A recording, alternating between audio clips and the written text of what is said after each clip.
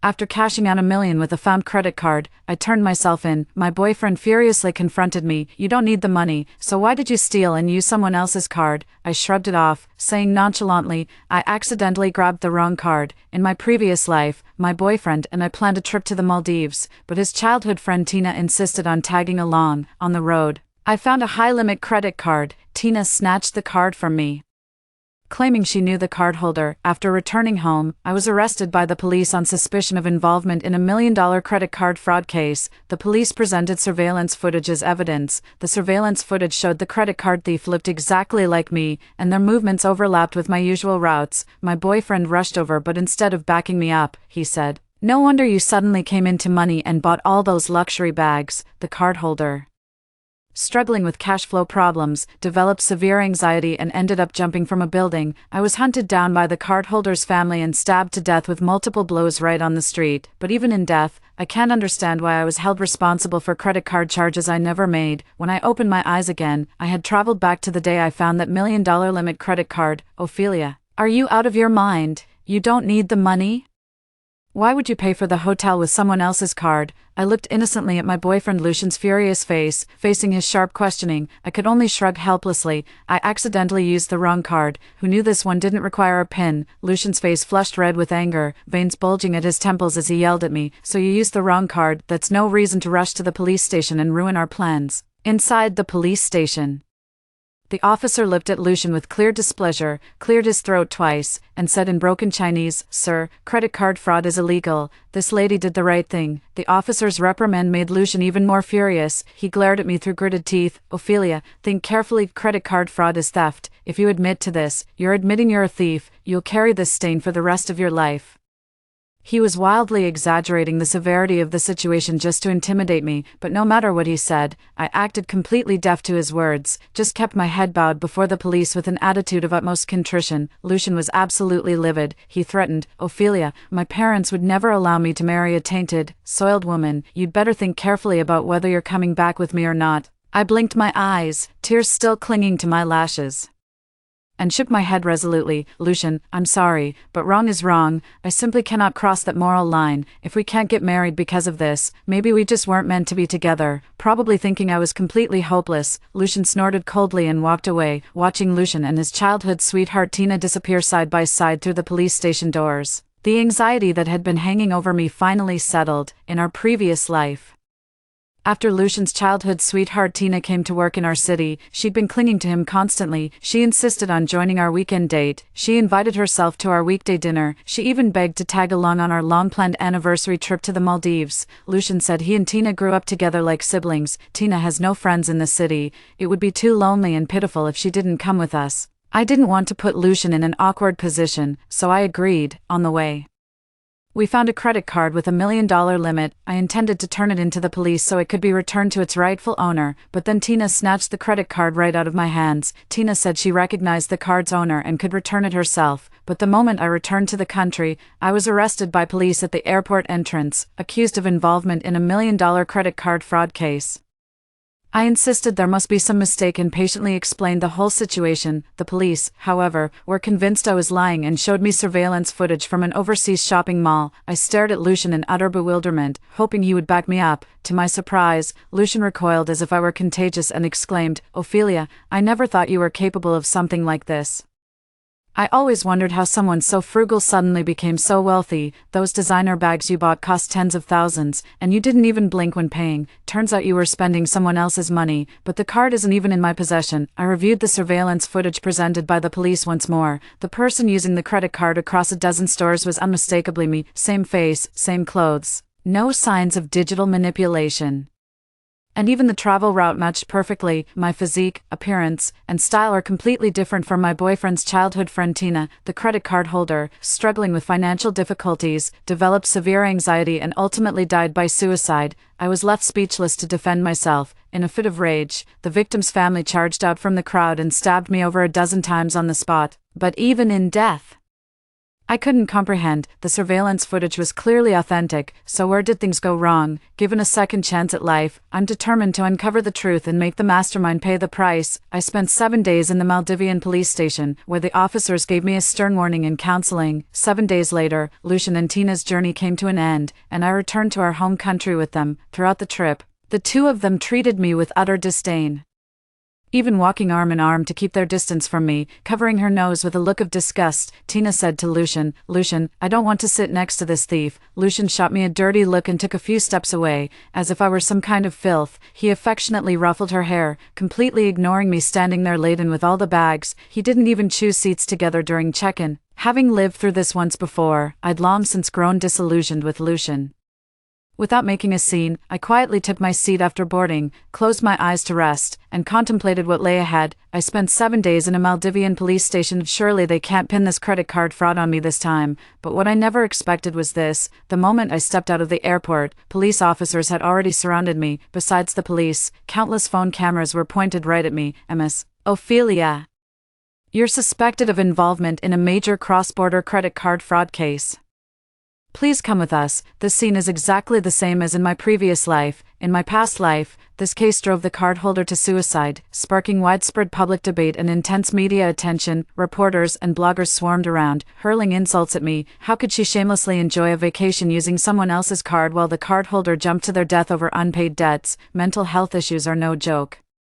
The cardholder had a relapse of anxiety disorder and died because of her. Does she have any empathy? She doesn't even deserve to be called human. She's an animal. Someone pointed a gimbal right at my face and started filming. "Take a good look, everyone. This is that shameless beast." A water bottle hit me directly on the arm, leaving a large bruise on my upper arm. Unlike my panicked reaction in my previous life, this time I remained perfectly composed. Calmly pointing at my boyfriend's childhood friend, I told the officer, "Officer, you've got the wrong person. The one who made the fraudulent credit card charges was Tina, not me. Please secure the scene," I said, showing my slightly swollen arm. "This is assault." The officer glanced at Tina, then fixed his gaze on me, frowning sternly as he said, "The surveillance footage obtained from overseas clearly shows you were the one making the unauthorized credit card transactions." The officer pulled out his phone and showed me the surveillance footage. I zoomed in on the high-definition video. The mannerisms, clothing, and appearance were identical to mine, and just like in my previous life, there were no signs of digital manipulation. My heart sank. I had clearly been at the Maldives police station for 7 days, so why was I still the one appearing on camera committing credit card fraud? The crowd erupted in an uproar. How shameless. They're clearly the ones who did it. Yet they're pinning the blame on someone else. Bold-faced lies. They don't even bother to think before lying. People like this deserve to die. Why was the death penalty abolished? The bigger the forest, the more twisted birds you'll find. My heart sank. Even before turning myself in the Maldives, I had anticipated that Lucian and Tina would still try to frame me, but as expected, trouble still found its way to me. Everyone misinterpreted my bowed head and pensive demeanor as a sign of a guilty conscience. Someone shouted, "See, now you have nothing to say, you thieving hypocrite." Drop dead. The credit card owner's family member charged out of the crowd and shoved me to the ground. "You vain bitch." She tried to climb on top of me to hit me but was pulled away by the police. Sobbing hysterically, she pointed at my face and screamed, "My son is only 25, he just graduated with his master's degree.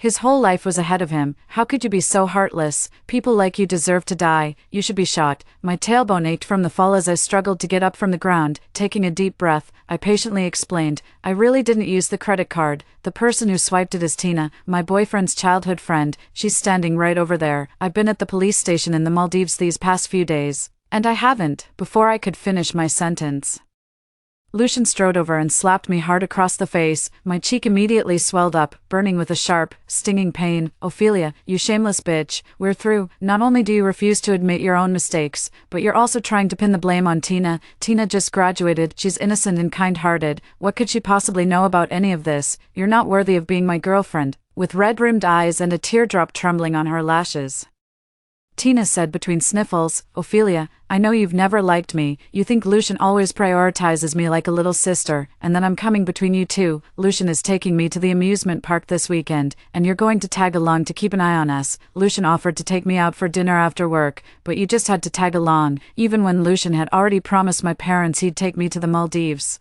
You still insisted on coming with us." I've put up with a lot, but credit card fraud is illegal. I can't cover for you on something this serious. Tina's audacity almost made me laugh. She's really good at slinging mud. As she spoke, a single tear escaped her eye at the perfect moment. She took 2 steps back from Lucian, maintaining her distance. Lucian, we should keep our distance. I don't want to make Ophelia angry again. When she gets angry, my reputation and innocence are at stake.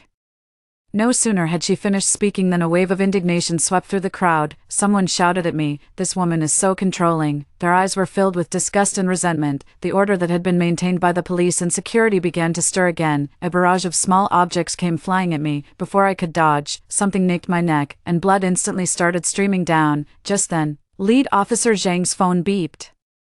"The Maldives police station just sent me the surveillance records. You were indeed held at their station for 7 days. The bustling scene instantly fell into complete silence. Everyone exchanged bewildered glances, their faces full of confusion. A flicker of obvious panic flashed in Lucian and Tina's eyes, mimicking Tina's earlier demeanor. I bit my lower lip and exclaimed to Officer Zhang with a deeply wronged expression, "I told you, I've been at the Maldives police station all these days with no chance to spend anything. How could I possibly have committed credit card fraud?" Officer Zhang paused for a moment, then continued reading his phone. "The Maldivian police also included a behavioral report. It says you've been very cooperative with the officers these past few days. They've never seen anyone so compliant with supervision. You also voluntarily admitted to the credit card fraud.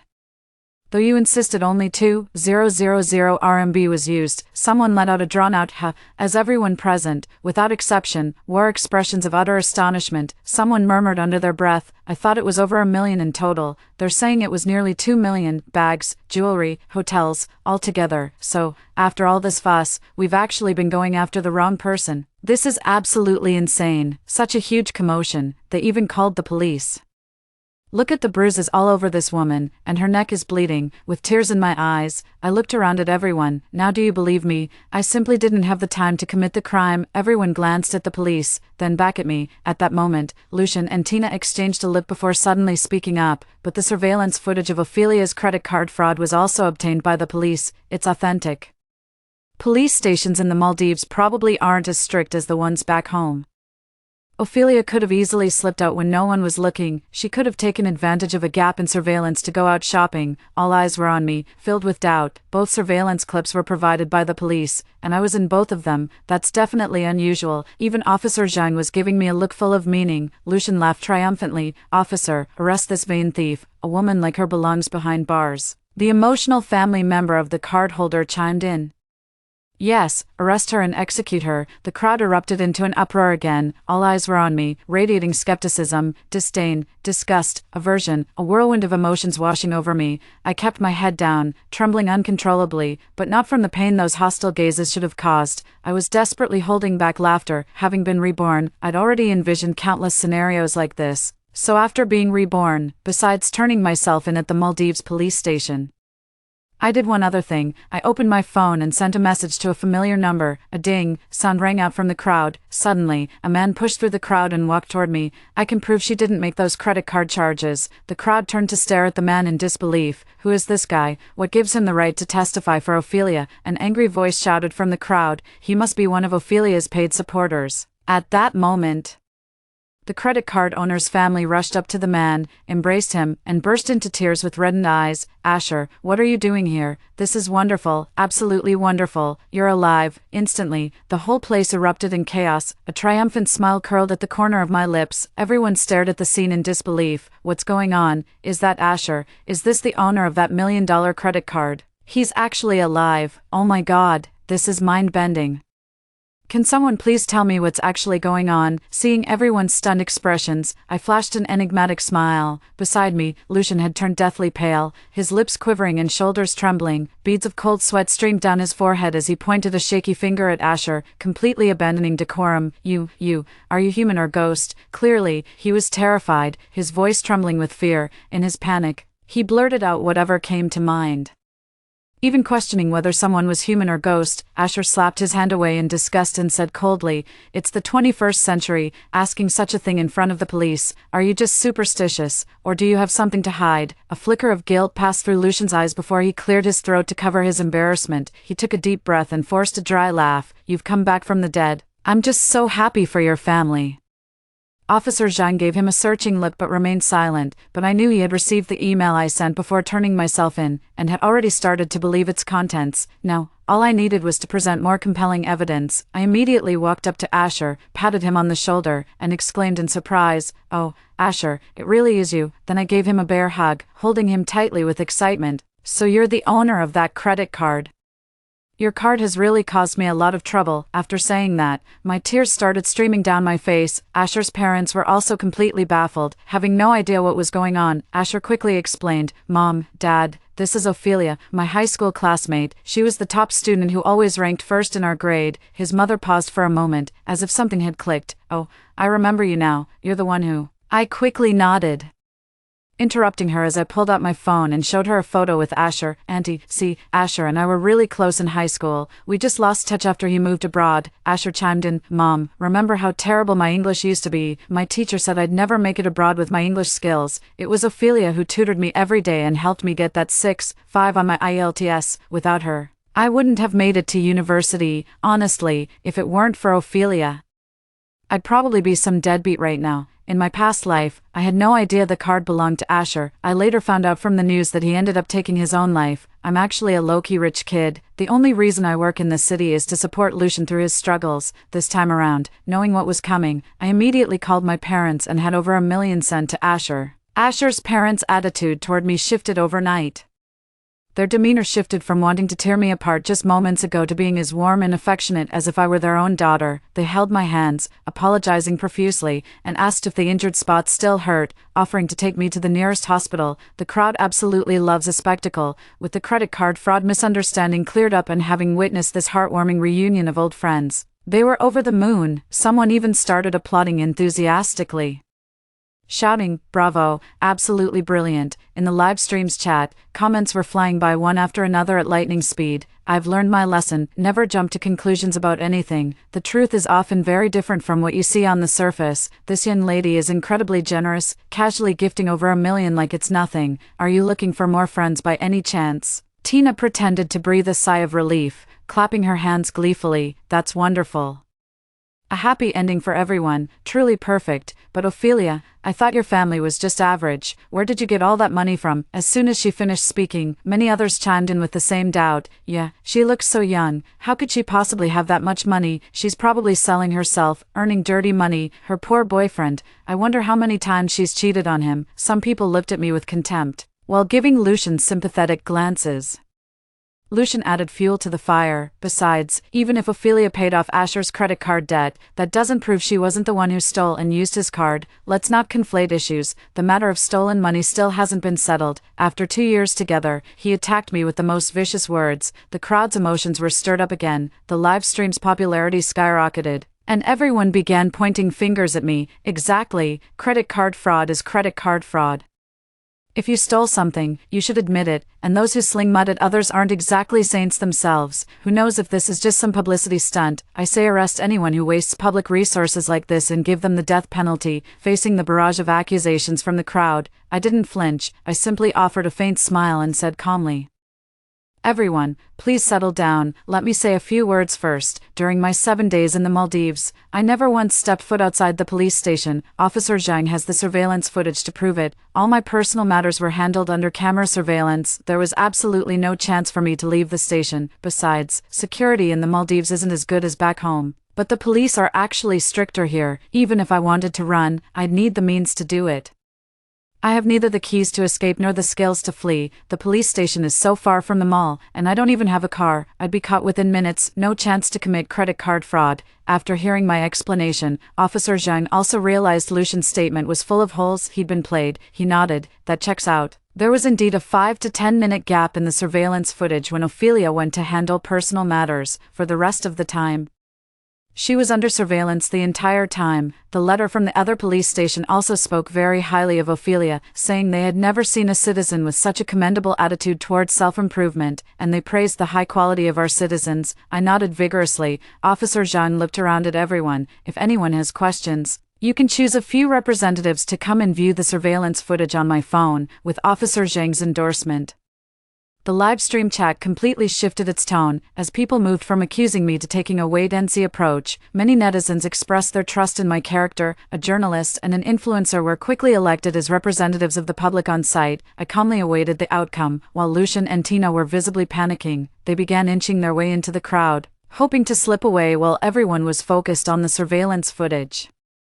I smiled faintly and deliberately called out to them in a loud voice, "Lucian, Tina, where are you two off to? Didn't we agree we'd get to the bottom of this together? No need to rush off." Several tall, burly guys suddenly blocked their path. Lucian immediately backed down, pulling back the foot he was about to step forward with, and snapped at me with an annoyed expression. "Ophelia, I can put up with your usual unreasonable behavior, and you know how busy I am with work.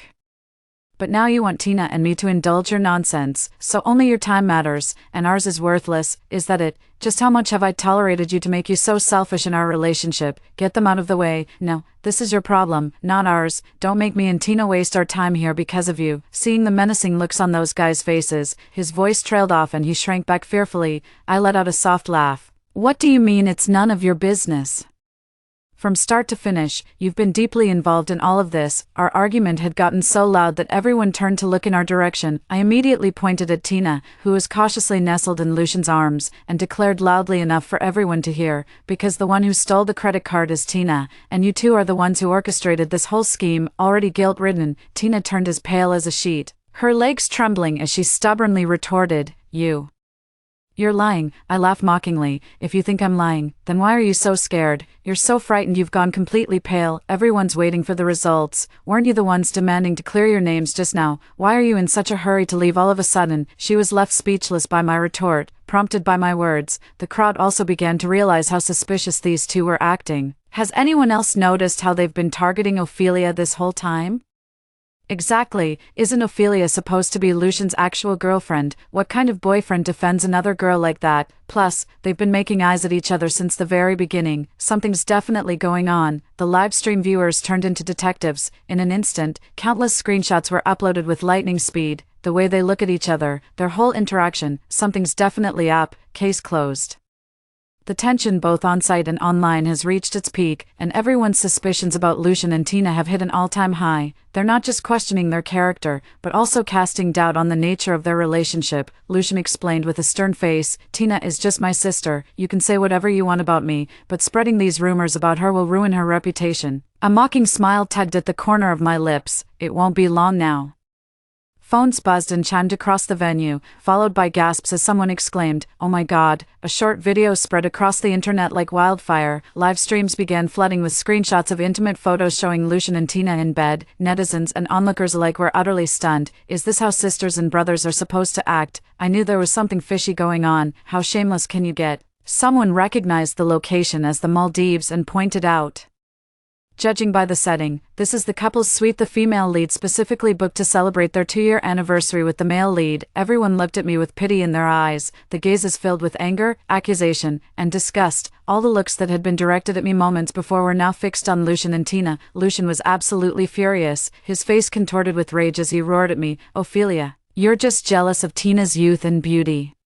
You can't stand to see her happy. These cheap, low-class tricks have your name written all over them." I scoffed inwardly. "So that's how he sees me." Before I could even retort, Asher jumped to my defense. "Ophelia was the campus queen at a top-tier university. Why would she ever need to be jealous of anyone? She's not the type to resent others' success either. Despite our demanding high school schedule, she still sacrificed her free time to tutor me in English.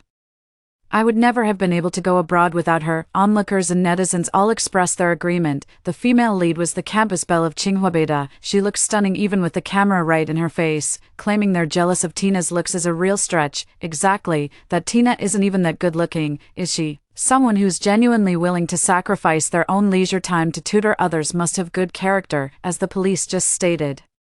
She was at the police station all 7 days. The station is also far from the mall, so she simply had no window to commit the crime. There must be a reason why Ophelia pointed the finger at Tina from the very beginning. Public opinion, both from bystanders and netizens, has completely shifted.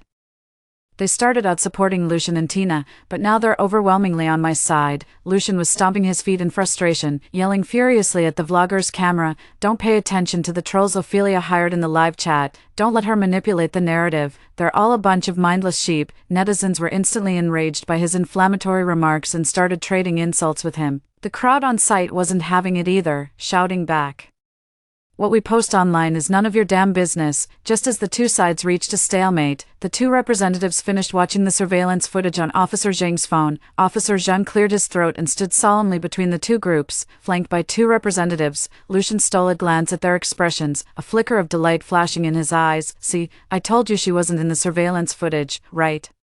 Some people are shamelessly lying and manipulating public opinion. This is slander. Ophelia, I'm suing you for defamation." Officer Zhang looked at him as if he were an idiot. "Watch your language, comrade. You'll be held legally accountable for what you say. We've thoroughly reviewed 7 days of footage. Comrade Ophelia, she's in it from start to finish." Lucian's eyes widened, and he declared with conviction, "Impossible. You must not have looked closely enough. Tina told me there's no way this could be wrong," but, realizing his slip of the tongue, he quickly covered his mouth. Tina chimed in with a sugary voice, "The footage spans 7 whole days. It's only natural to get tired watching such lengthy content. Are you sure you didn't miss anything?" The journalist and blogger frowned, immediately taking offense. "What are you implying? After all our hard work reviewing the footage, you think your casual comments outweigh our efforts?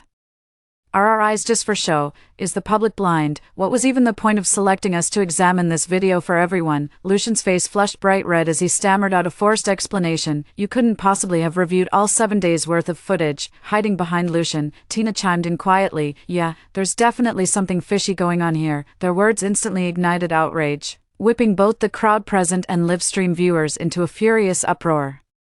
Are they out of their minds, acting like they've seen the surveillance footage themselves? From the very beginning, they were dead set on pinning the blame on Ophelia. "It just doesn't make sense to me. Even if Lucian cheated, what does he gain from having his girlfriend arrested? What a despicable boyfriend. Has anyone noticed how these two have been manipulating the narrative and pulling everyone's strings? We all just became their puppets, dancing to their tune." Just as everyone was passionately venting their anger at Lucian and Tina, Officer Zhang approached them with a smile, holding up his phone. "You do have a point. Why don't you take a look at the surveillance footage with us?" Just as Lucian and Tina's faces lit up with hope, 2 officers from behind Detective Zhang rushed forward and apprehended them from both sides, snapping handcuffs on their wrists. Lucian panicked completely, thrashing and struggling violently. "Detective Zhang, on what grounds are you arresting us? Ophelia is the one who broke the law. You're a police officer. You can't enforce the law by breaking it yourself." Tina's eyes welled up with tears, her face a picture of grievance. "Officer Zhang, are you sure you've got the right people? It's fine if it's a mistake. Just let us go and we'll pretend this never happened." Someone spat out in disgust. "What a strong whiff of green tea. Just the smell of it is enough to keep me wide awake all night." Officer Zhang gave them a cold glance and said calmly, "I haven't arrested the wrong people. Do you really need me to tell you what you've done?" Lucian and Tina's faces were turning pale and then ashen, refusing to give up. Lucian made one last desperate attempt. "Officer Zhang, we haven't done anything. You need evidence for everything." Tina shrank back, tucking her head almost entirely into Lucian's chest. Asher's father strode forward, grabbed her by the arm and pulled her out, while his other hand swiftly yanked out a blood-red jade pendant. By following the cord around Tina's neck, Asher's father murmured incantations under his breath, and soon a translucent image of a young boy materialized on the jade pendant. Everyone in the room stood frozen in place, the entire scene falling into dead silence, because, incredibly, this young boy bore an uncanny resemblance to me. After a moment of silence, someone finally pointed at the jade pendant and asked, What is that?" Tina's legs gave way and she collapsed to the ground. Asher's father stepped forward and delivered a brutal kick to her chest. A stream of black blood gushed from her mouth, followed by foaming at the lips as her entire body convulsed violently. 5 minutes later, the tiny figure on the jade pendant vanished, and the blood-red hue faded away, restoring its natural dark green color. Everyone was so startled by that sudden outburst that they stumbled 3 steps back, with her secrets laid bare. Tina's gentle demeanor vanished, replaced by a venomous glare fixed on me. "Ophelia, why won't you just die?" She struggled to rise from the floor and lunge at me, but the handcuffs restrained her, sending her crashing back down. She kept cursing at me. "Why do you get to have it all? Ophelia, how come every good thing ends up with you while I get nothing?" Tina's shrill voice was practically piercing my eardrums, but from her fragmented outburst, I finally pieced it together.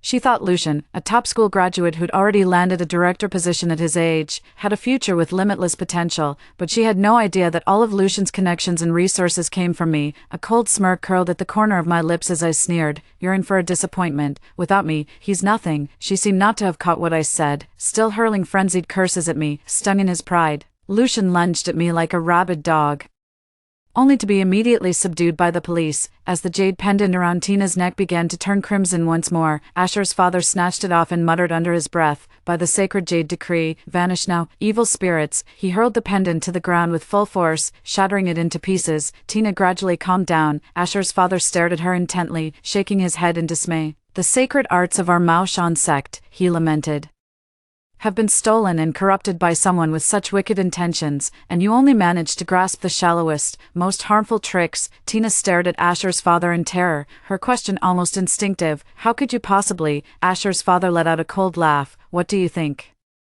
How many families with the surname Liu are there in the Mao Shan sect?" Her legs gave way beneath her, and she dropped straight to her knees. Before everyone's eyes, Asher's father revealed the truth of the matter. "Lucian took advantage of our close relationship to obtain a lock of my hair." Tina performed a ritual, infusing the jade pendant with her own life essence in my hair, conjuring a figurine that was nearly my spitting image. This allowed her to brazenly impersonate me and carry out all sorts of deeds. Even without credit cards, they could still find other ways to cause trouble. While I was stuck at the Maldives police station for 7 days, they were out there frantically making cash advances with high-limit credit cards the entire time. They might have gotten away with it, but they had the misfortune of crossing paths with me, a second-chance soul. And Asher's father's family. Asher's father is a well-known feng shui master in our circle. While others might not be aware, our business-oriented family takes these matters very seriously, so we've always known of his father's reputation. In my previous life, when I learned through social media that Asher had died by suicide and that he was actually my old classmate, I was utterly heartbroken. After being reborn, fearing the tragedy would repeat itself, I immediately called my parents and had them deliver a card with 2 million to his family, all to ease Asher's anxiety. Asher's father was deeply moved, and through our conversation, I discovered the despicable methods Tina had been using. So, in this life, Asher's death was actually a scene we orchestrated together. It was all about luring the snake out of its hole. Even as Officer Zhang escorted Lucian and Tina into the police car, they remained defiant. Tina shot me a venomous glare. "Even without Lucian, your life won't be any better." Having come this far, I figured I might as well see it through. I patiently asked her, "Do you really think Lucian got to where he is today purely on his own merit? I was the one who drafted all the proposals for his promotions over the years, and I introduced him to every connection he has." Her face instantly turned pale. She opened her mouth, but no words came out. Her eyes vacant like a dead fish's. Lucian, standing nearby, snarled furiously, "What are you so smug about, Ophelia? You're just an ordinary girl from a small town. You've given me everything. Let's see what you can do without me." Tina and I were set for a comfortable life after cashing out. Once you got out, we could have thrown some scraps your way so you wouldn't have had it too rough. "This is all your fault, Ophelia, you conniving bitch." Before I could speak, Asher beside me cut in. "Ophelia isn't some girl from an ordinary family, sure. We're from a small town, but it's a township within Shanghai municipality. Her family runs the largest hardware factory in our area. They supply the domestic market and export overseas." Lucian retorted vehemently, "That's bullshit. She's always lived modestly and worked her ass off." I rolled my eyes at him. "He's completely hopeless. I only said that to support you in your efforts and protect your pride. Besides, who says having a wealthy family means you can spend recklessly and don't need to work hard?" I couldn't be bothered to argue with him any longer and turned to leave. Lucian's voice trembled with tears, growing softer and more pleading. "Ophelia, I was wrong." Lucian and Tina were ultimately sentenced to 20 years, but before the sentence could be carried out, Tina killed Lucian in prison and then took her own life. I returned home and took over the family business. In their previous life, Lucian and Tina took the money they had cashed out, got married, and lived happily ever after. My parents, however, were so distressed by what happened to me that they passed away one after the other. With no one to inherit the family business, it fell into the hands of a collateral branch and eventually declined. In this life, my only wish is to stay by their side, cherish their company, and diligently manage the family legacy. May our family prosper for generations to come. Story 2. My senior Marshall brother was born without the root of emotion. I volunteered to marry him, hoping to help him find his 7 emotions. For this, I exhausted every means, staying by his side for 100 years, working tirelessly and without complaint, yet, he remained unmoved, his heart as still as ever. It wasn't until he was battling the demon race that he casually saved a Lilith flower. From then on, He became more talkative and smiled more often, within just a few months. He had recovered 6 of his 7 emotions. I know it's time for me to leave, but after I left, they all went mad. My master said that my eldest martial brother was the most gifted person in the sect, with the potential to ascend within 100 years. However, he was born without the root of emotion, making him an incomplete being. When he ascends, I fear he will have to endure a tribulation. At this point, he scanned the faces of his fellow disciples. Who among you is willing to marry Hendrix and help him recover his 7 emotions? Silence. Among the dozen or so disciples in the hall, not a single one responded. The master looked rather awkward, yet no one could really be blamed. Hendrix lacked human emotions and couldn't smile. 1. Though strikingly handsome, like an exiled immortal, yet he was cold and aloof, obsessed solely with cultivation. Utterly devoid of charm. Naturally, no one would stake their entire life on aiding him. I turned my gaze toward him. My senior brother possessed celestial grace, his towering frame like a jade mountain poised to fall. As his gaze swept over the disciples before him, an ethereal radiance shimmered around him. The master asked again, "Marry Hendrix, and you can both ascend together. Are you truly unwilling?" This time, the sisters started nudging each other. "Senior sister, this is such a great opportunity. You go." "I can't do it. You should take this. There's someone else I like." Amidst the chorus of excuses, Hendrix spoke quietly, his calm voice carrying an icy edge. "I require no assistance." The hall gradually fell silent. Hendrix stood with his hands clasped behind his back, his face devoid of emotion, and addressed his master. "It's merely 9 bolts of heavenly lightning. Your disciple will endure them." The master sighed. About to speak, I raised my hand from the back of the crowd. "Master, do you think I have what it takes? Hendrix and I had a grand wedding?"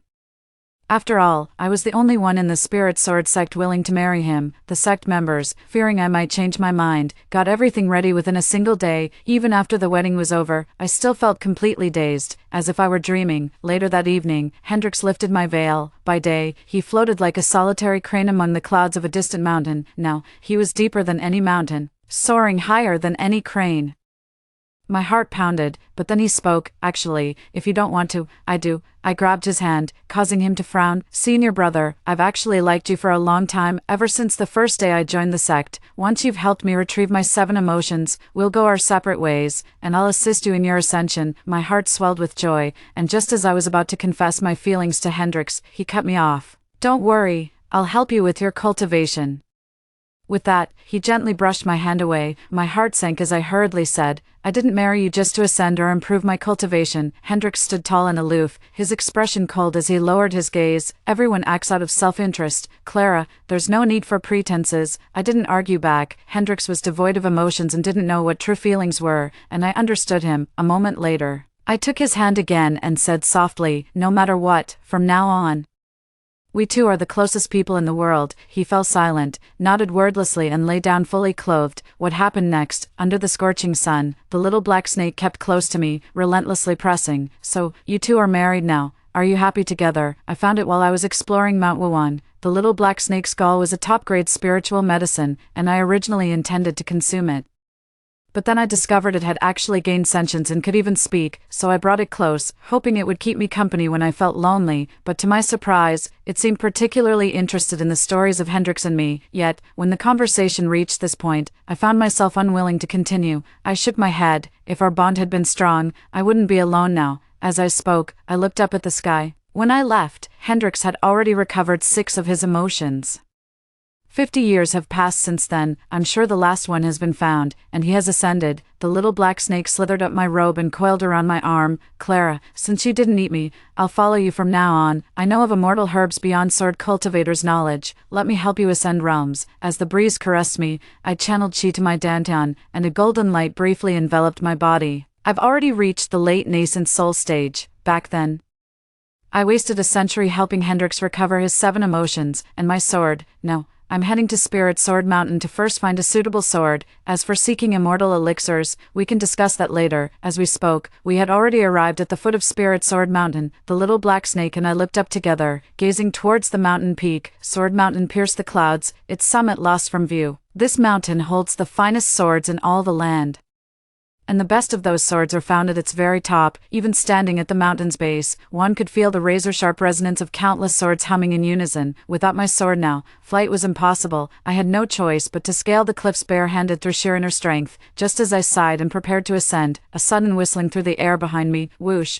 I jerked my head aside just as a gleaming blue sword whistled past. Embedding itself into the cliff face with lethal precision, the blade shimmered like frost, radiating an icy aura that made the air hum before finally settling into silence. The little black serpent gasped, "What a blade!" My eyes narrowed as a sinking feeling settled in my chest. From behind me, a familiar woman's voice grew closer. "Clara, found you." I turned around to see a woman in purple, arms crossed, staring intently at me with an eerie smile. Noticing the palpable killing intent emanating from her, I slowly spoke. "Lilith." She let out a cold, malicious laugh, her face contorted with venom. "I've been looking for you for so many years. I knew you'd end up here." With a flick of her wrist, the cold sword whizzed back into her hand. "Clara, I'm here to kill you." My gaze fell upon her sword, which seemed to sense my eyes upon it. Trembling slightly, I chuckled softly. "Come to kill me, with my own sword." Her eyebrow arched. "This sword has been mine for 50 years. The little black snake flicked its tongue, circling my wrist once more. "That sword is yours." "She stole your sword." I raised an eyebrow. "It wasn't just the sword. She took the person too." The little black snake gave a slight start. Before my words even faded, Lilith lunged at me with her sword drawn. The razor-sharp sword energy reached my ears simultaneously with her voice. "Clara, you shall die." Lilith desperately wants to kill me, but she can't. Not only is her cultivation inferior to mine, but the sword in her hand was originally mine. She stole it from me. In less than 100 moves, I had already reclaimed the frost sword, its tip pressed against her throat. She lay on the ground, blood trickling from the corner of her mouth. Her eyes burned with resentment and hatred as she looked at me. I'd given Hendrix up to her ages ago. I couldn't understand why she hated me so much. "You chose not to ascend with Hendrix.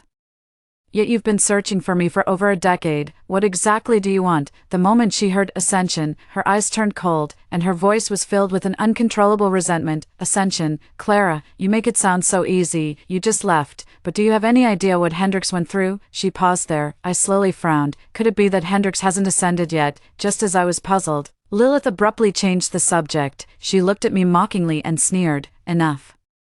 Why waste words on a worthless fool like you? With just a little trick, I can take both the man and the sword." She seemed reluctant, yet couldn't help but double down. "You're nothing but my defeated foe." My grip on the sword tightened. She wasn't wrong, though. I really couldn't win against her in anything. After marrying Hendrix, he remained unchanged, continuing his daily cultivation as before, but I was completely transformed. To help him regain his emotions faster, I tried countless methods.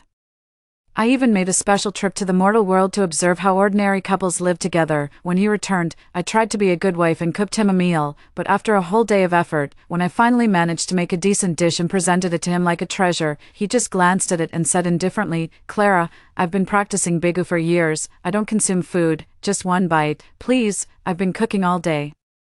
I picked up a piece of food with my chopsticks and playfully offered it to him. He frowned deeply and pushed my hand away. "No, no way. I'm making him try it." In the scuffle, the plate fell to the ground, splattering a few drops of grease onto his pristine white shirt. His face instantly darkened, and his voice turned cold. I said I wasn't eating it.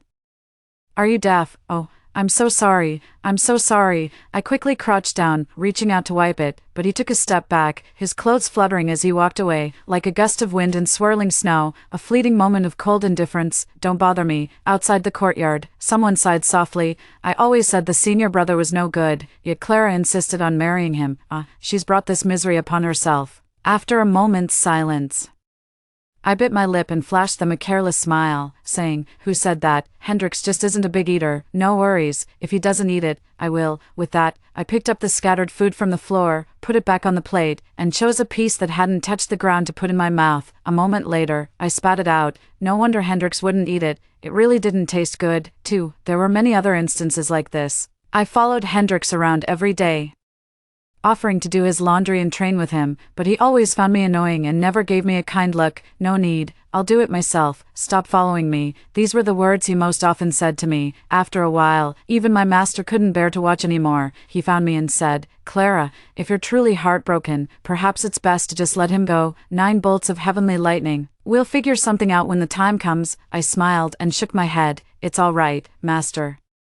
Hendrix actually treats me very well. You just haven't seen it." The master sighed, shook his head, and walked away. "I never get angry with him. After all, I was the one who proposed to him in the first place. I knew from the start he was incapable of deep affection, so I should have expected to endure all this, having fallen for him, 30 years into our marriage." There was still no sign of Hendrix developing any emotional roots. Not a single one of the 7 emotions had been recovered.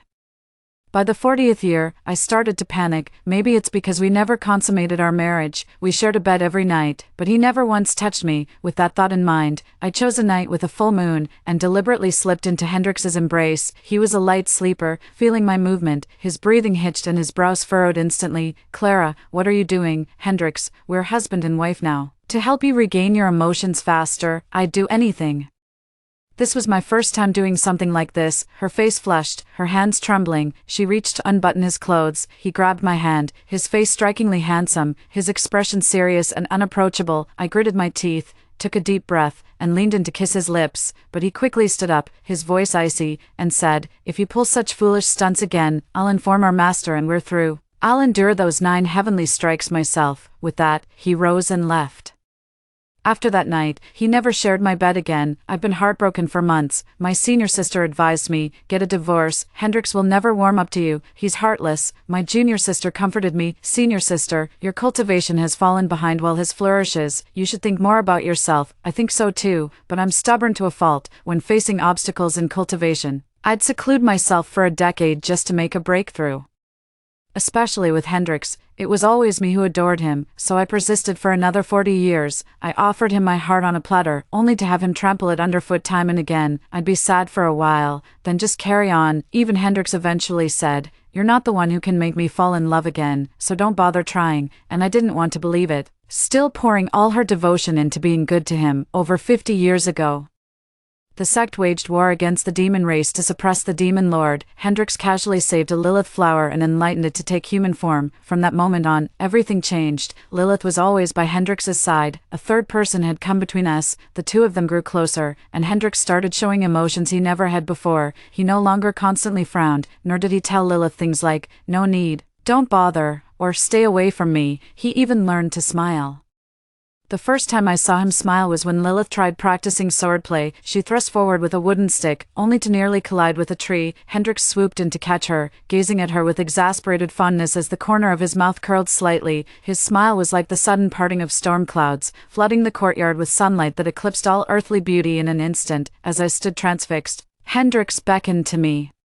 The lingering warmth of his smile seemed meant just for me. I reached out my hand, but just as our fingers were about to touch, he said, "Clara, lend your sword to Lilith." I was a bit reluctant. Hendrix slowly dropped his smile, then looked at me with disappointment. "Are you really that stingy?" I pursed my lips, reluctantly handing over the sword. After that, the sword never returned to my possession. I was only with Lilith for a few short months before I left, because within a few months, Hendrix had regained 6 of his 7 emotions. The roots of our affection grew at an astonishing pace. What I couldn't achieve in a century, she accomplished in mere months. It was then I realized that my unrequited devotion, aside from moving myself, touched no one else. But I was born with an unyielding spirit, not to be a flower blooming from the mud. Once I understood, I no longer felt any attachment. I left without a word, to cultivate on my own and journey through 6 realms. Seeking opportunities, hoping to ascend sooner. 50 years have passed since then. Seeing Lilith's eyes filled with resentment, I tossed her the frostblade. Go back to Hendrix. Whatever the reason he didn't ascend, it has nothing to do with me. I won't fight you for him. I don't want either of them. Not him, not the sword." The little black snake shared my indignation. "The man and the sword were rightfully yours. Why refuse them?" I chuckled while climbing the peak of Spirit Sword Mountain. "What's the point of taking them back, when both man and blade favor her? They're no longer worth my care. I don't understand." With that, I leaped, finally reaching the mountaintop. Suddenly, a cold glint appeared before my eyes, as various spirit swords in the sword pool shimmered with dazzling light. Their sharp aura told me that every single sword here was of the highest quality. My gaze and the little black snake simultaneously fell upon a golden glowing sword, and our eyes lit up. "This is the one." After I got the sword, the little black snake asked me, "What are you going to do next?" "Go back and kill the scoundrel," I chuckled and said. "Hendrix reached the tribulation stage 50 years ago. He must be even more powerful now. How could I possibly defeat him?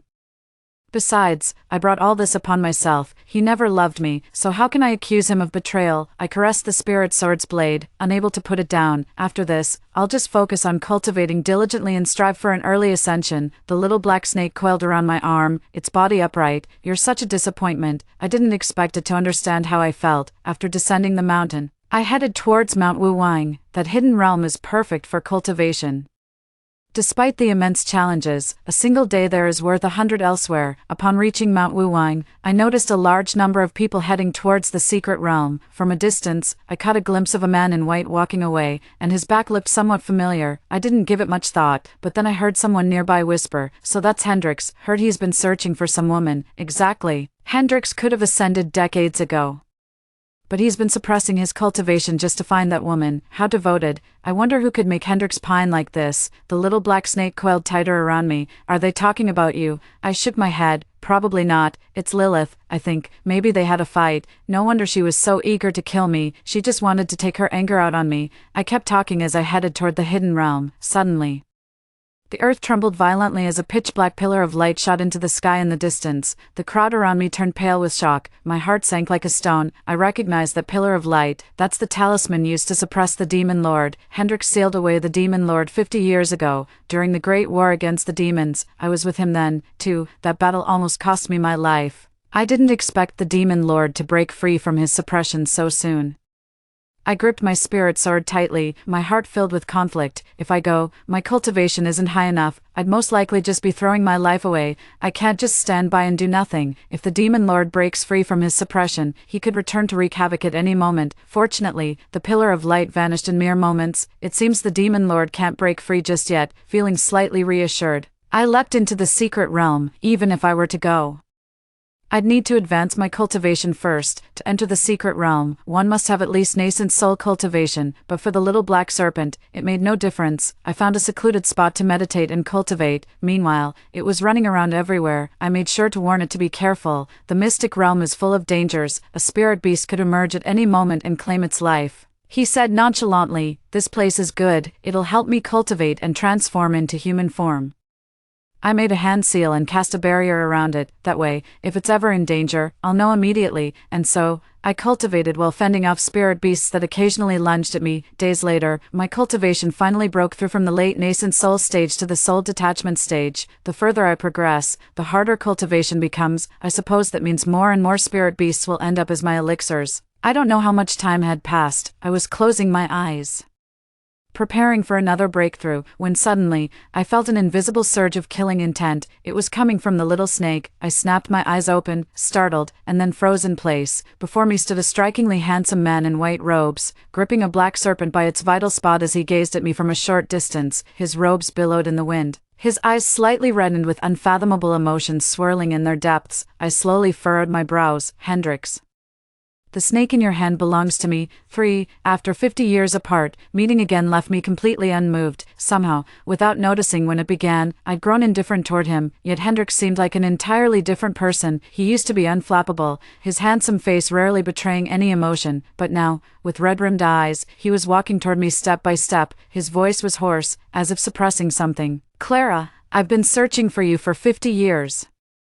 He halted before me with heavy steps, a flicker of pain flashing in his eyes. "Why did you leave without saying goodbye?" Frowning, I first took the little snake from his hands and soothingly stroked its head. Only then did I speak. "Just leave if you must. What's there to say?" Perhaps my indifference was too palpable, for Hendrix suddenly seized my wrist. His gaze plunged into mine, a tempest of emotions swirling in his eyes.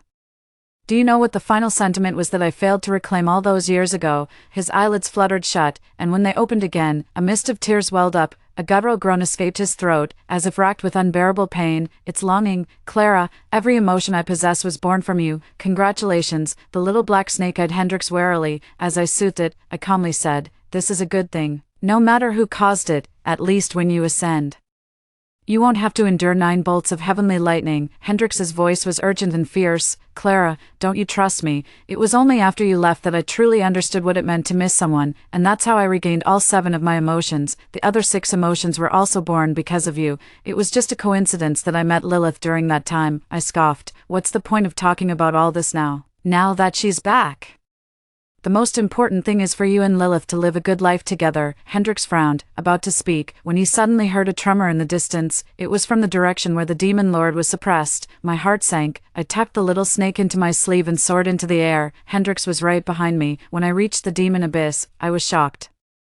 It turned out the demon lord was able to break through the seal so quickly because he had a continuous supply of demonic energy. Dark demonic energy converged into tendrils, surging from the nexus of the demon abyss and the demon realm towards the demon lord. At that very nexus, I spotted a familiar blue sword aura, but before I could even process it, the demon lord was already upon me. Hendrix stepped in front of me, engaging the demon lord in battle.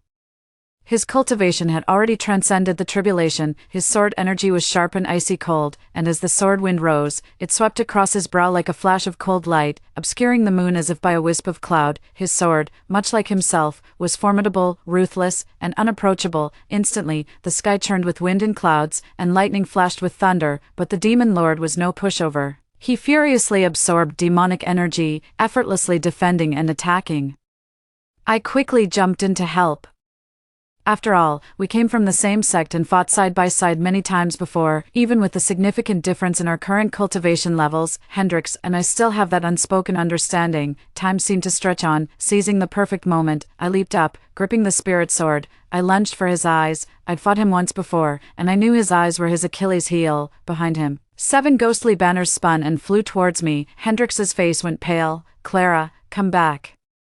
My eyes narrowed, and I lunged forward, heedless of the consequences. The demon lord was preoccupied with the other sword cultivators. I was 80% sure this strike would land. Just then, a chilling, sharp energy attacked me from behind. My heart sank. I knew that sword energy all too well. It was Lilith's. In a flash, I lunged at the demon lord, staking everything on that one desperate thrust. Thwack! My spirit sword pierced the demon lord's left eye. At the same instant, the little black snake darted out from my sleeve. He took the fatal blow of the frost sword for me. The demon lord roared in pain, a sound that shook the heavens and the earth. I quickly pulled away and flew towards the little snake, plummeting downwards. "Clara," Hendrix was glancing my way, clearly anxious, but couldn't break free. Now is the perfect time to reseal the demon lord. Gritting his teeth, he swiftly performed the incantation, summoning the talisman. He finally managed to suppress the demon lord once more. I couldn't spare a glance at the battle raging nearby. My hands moved swiftly, scooping up the little black snake, and I quickly channeled vital energy into it. "Little black snake, are you all right?" It writhed in extreme pain, coiling once around my hand. Frowning, I leaped onto a nearby hill, gently placed it on the ground, and watched it with bated breath. It was enveloped in a dark aura, writhing and tumbling, gripping my sword. My gaze fixed intently on Lilith, who was not far off. For the first time, I felt a murderous intent towards her. Lilith tried to flee, but with a single leap, I cut off her escape. My eyes narrowed, my voice icy, as I pointed my long sword at her brow. "That sword, she was yours. Tell me, why did you help the demon lord?" Lilith's face went pale, and she gritted her teeth. "It wasn't me." The moment her words faded, I flung my long sword, and a surge of sharp sword energy shot towards her brow. Just then, Hendrix's sword arrived. He blocked my sword energy for Lilith. "Clara, the situation isn't clear yet. Don't act rashly." I pursed my lips, my voice growing colder. "Hendrix, are you blind? Can't you see the sword energy at the intersection? And did you clearly see that she was trying to kill me?" His gaze fixed on my face, sparse, fragmented specks of light in his dark eyes. "Clara, Lilith is a demon." I frowned deeply, my mind in turmoil. I couldn't believe what I was hearing. "You're telling me you knew she was a demon all along and still kept her by your side?" Hendrix let out a sigh. "Though Lilith is of demon kind, she's kind-hearted. I've no reason to kill her." A surge of fury erupted from the depths of his heart. My sword hand trembled uncontrollably. I wasn't even this mad when Hendrix tipped my sword and gave it to Lilith back in the day. My insides are churning with a searing pain from this rage. I only regret not killing her outright back on Sword Mountain. "The demon lord broke through the seal because she let the demonic energy in. Knowing you were looking for me, she found me first, attempting to kill me. While I was battling the demon lord, she ambushed me again. And this is what you call a kind heart, is it?" With each accusation I hurled, Hendrix's face grew paler. Finally, I lifted the hem of my robe, a flick of my spirit blade, and the fabric split. His pupils constricted abruptly as he frantically reached out to stop me. With a swift motion, I flung the fabric into the air. My fingers formed a sword seal. The cloth instantly shredded to pieces. "Hendrix, since you insist on protecting Lilith and I know I'm no match for you, today I sever this robe, and with it, all ties between us. You'd better stay by her side every moment. The instant you leave, I'll slice her into 1,000 pieces." I returned to the sect with the little black snake. Seeking guidance from my master, I stayed by its side the whole time. While Hendrix waited outside the room, 3 days later, the little black snake transformed into human form. I don't buy it. The room flooded with radiant light as he transformed into a strikingly handsome man. Though momentarily dazzled, I averted my gaze after a brief glance and tossed him a garment. He let out a soft chuckle before speaking after a pause. All set, I finally turned my head, as our eyes met. His face was alight with a smile, my breath hitched. And I blurted out the first thing that came to mind. How are you feeling? Have you recovered? His eyes crinkled into crescents, shimmering like moonlit water. Not bad at all. Your master's quite skilled. When he was still a little black snake coiling around my arm, I never thought much of it. But now that he's taken human form, everything about him feels strangely unsettling. He gazed at me intently, just about to speak, when Hendrix's voice echoed from the doorway. Clara, could you come out for a moment? I need to talk to you. I really couldn't be bothered with him, but the little black snake suddenly wrapped itself around my shoulder. I stood frozen in place, and before I could react, he'd already swung the door open. Hendrix's face darkened instantly when his eyes landed on the arm wrapped around me. The black serpent arched an eyebrow and sneered. Spit it out then. I'm listening. Make it quick and get lost. Hendrix narrowed his eyes at him. I know you, Saren. The spirit serpent, back in the mystic realm. If I hadn't sensed Clara's presence, I would have ripped out your gallbladder then and there. For Saren's thin lips curved into a roguish smirk. Rip out my snake gallbladder, give it to Clara, or that so-called Lilith. Hendrix frowned, his eyes burning with anger. If I get your snake gallbladder, I'll grind it to dust. Tisk tisk. Saren raised an eyebrow. You can't even make up your mind about this. You're still hesitating between human and demon, and you actually dream of ascending. As soon as he finished speaking, Hendrix's lips tightened, and a murderous aura instantly flared around him. My voice was cold. What do you want from me? Hendrix looked at me, his gaze softening. Clara, things were so rushed before, I didn't get a chance to really talk to you. I've been looking for you for 50 years. There's so much I want to tell you. It seems you're not just blind.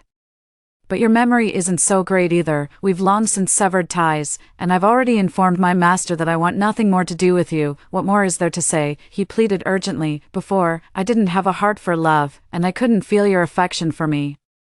But now I understand everything. We can start over. Clara, I can't live without you. I lowered my gaze. No one will wait for you forever, and I have no desire to start over. I loathe you, Hendrix. He was about to say more, but I had no interest in listening. He led Saren into the room, outside the window. Hendrix's figure still hadn't left. Saren said slowly, Hendrix just can't choose between you and that demoness. But he suppressed his cultivation and refused to ascend. Half of it was for you. Forcibly suppressing one's cultivation greatly damages their true chi. Clara, will you not feel a pang of sympathy? I shook my head. Just like the 100 years I spent with him, everything was voluntary. I can't blame anyone. His refusal to ascend, naturally, cannot be blamed on me. Besides, he's protecting Lilith. Our ties are severed, and I won't go soft on him. Saying this, I sighed. I must kill Lilith, but my current power isn't enough to defeat Hendrix. I need to enter the secret realm. Tomorrow, after I report back to Master, you'll come with me. You've only just taken human form, so I'll protect you. It shouldn't be a problem. Saren raised an eyebrow. Good. I bet those spirit beasts in the mystic realm taste delicious. Entering the mystic realm once more. This time I chose a more perilous area, the void illusion. Once you enter, there are only two possibilities. 1. You succumb to your inner demons and remain trapped in this environment forever. 2. You conquer your inner demons, and upon exiting, you will advance at least one realm. Saren, frowning outside the illusion, whispered, This place is extremely perilous. It tests one's resolve. Do you have confidence? Holding my spirit sword, I cast a barrier upon Saren and slowly said, Hendrix also came here back then. He was at the integration stage, but after he left, his cultivation soared directly to the Mahayana stage. What he can do, I can do too. With that, I stepped into the grand illusion realm without hesitation. The moment my feet touched the ground, I heard an old sigh. Alas, you've come after all. I tightened my grip on the sword. I recognized that voice. It belongs to Thorn, the immortal who rules the illusory realm. My master once warned that the dangers of the realm originated from him. His temperament is utterly eccentric, and his cultivation realm is unfathomably profound. Across all 9 provinces, no one stands a chance against him. Even when Hendrix first emerged, people were still apprehensive. With that thought, I took 2 more steps forward and cautiously asked, Do you know me? Thorn's voice seemed to come from the heavens, yet also from the earth, carried by the wind from all directions. I don't know you, but I've heard of you. Clara, your husband Hendrix once wandered the illusory realm. You are his inner demon. I slowly furrowed my brows. This was news to me. Hendrix and I are completely done. Thorn let out 2 hearty laughs. I told him ages ago you two weren't meant to be, but he just had to defy fate. Such a heartless kid. yet he insists on chasing love. What a pity, what a shame. If he were to cultivate the path of emotionlessness, he'd be quite the talent. I fell silent. Hendrix was born without the roots of emotion. Truly the best candidate for cultivating the Tao of emotionlessness, but Master once said, to be emotionless, one must first experience emotion. Emotionlessness, at its core, is the deepest form of emotion. My regard for Thorn diminished somewhat at that moment. The corners of my lips curled into a faint smile. Elder, this is about me conquering my inner demons. Hendrix has nothing to do with it. A sudden gale howled between heaven and earth as dark clouds gathered. Thorn's voice reverberating through my soul. Clara, don't you realize yet, your inner demon is Hendrix. As his words faded, a gust of wind and sand swept before my eyes, and I instinctively closed them. Moments later, the wind died down. Before I could even open my eyes, I heard a clear voice calling out, Senior brother, wait for me. It was my own voice. Before entering the illusionary realm, I'd imagined countless possibilities. What form would my inner demon take? Hendrix, who treated me with contempt after our marriage. Lilith, who achieved in mere months what I couldn't in a century. That same stolen frostblade. Yet I never anticipated my own inner demon. It was me all along. Watching Clara desperately chasing after Hendrix, it suddenly dawned on me. Hendrix had been dismissive of me long before our marriage. He'd been like this since the very beginning. The girl's pleading voice kept echoing in my ears. Elder brother, I've found this spiritual herb for you. Take it and your cultivation will advance. Elder brother, let me join your training sessions. You shouldn't practice alone. I'll keep you company. Unnecessary. Elder brother, I know you were born without the root of emotion. If only it could be shared. I'd beg Master to transplant mine to you. No need. I couldn't bear to listen any longer after what felt like an eternity. There sat Clara atop the rocky peak, her clothes billowing in the wind as she wept with a smile. She was me, and I was her. I knew what she was thinking, so I slowly walked towards her. It wasn't until I was close that she finally saw me, and gasped in surprise, why you're... I raised my hand and wiped away the tear that hadn't yet fallen from the corner of her eye. Her pupils constricted, and she stared at me in disbelief. The next instant, there was a sickening thud. My longsword had abruptly pierced her heart. Clara spat out a mouthful of blood, her small face contorted. Why? I lowered my gaze, watching her fading form, and slowly said, you are me, and I am you. To kill you is to kill who I once was. This last line, I spoke to myself. Go now, better things await you.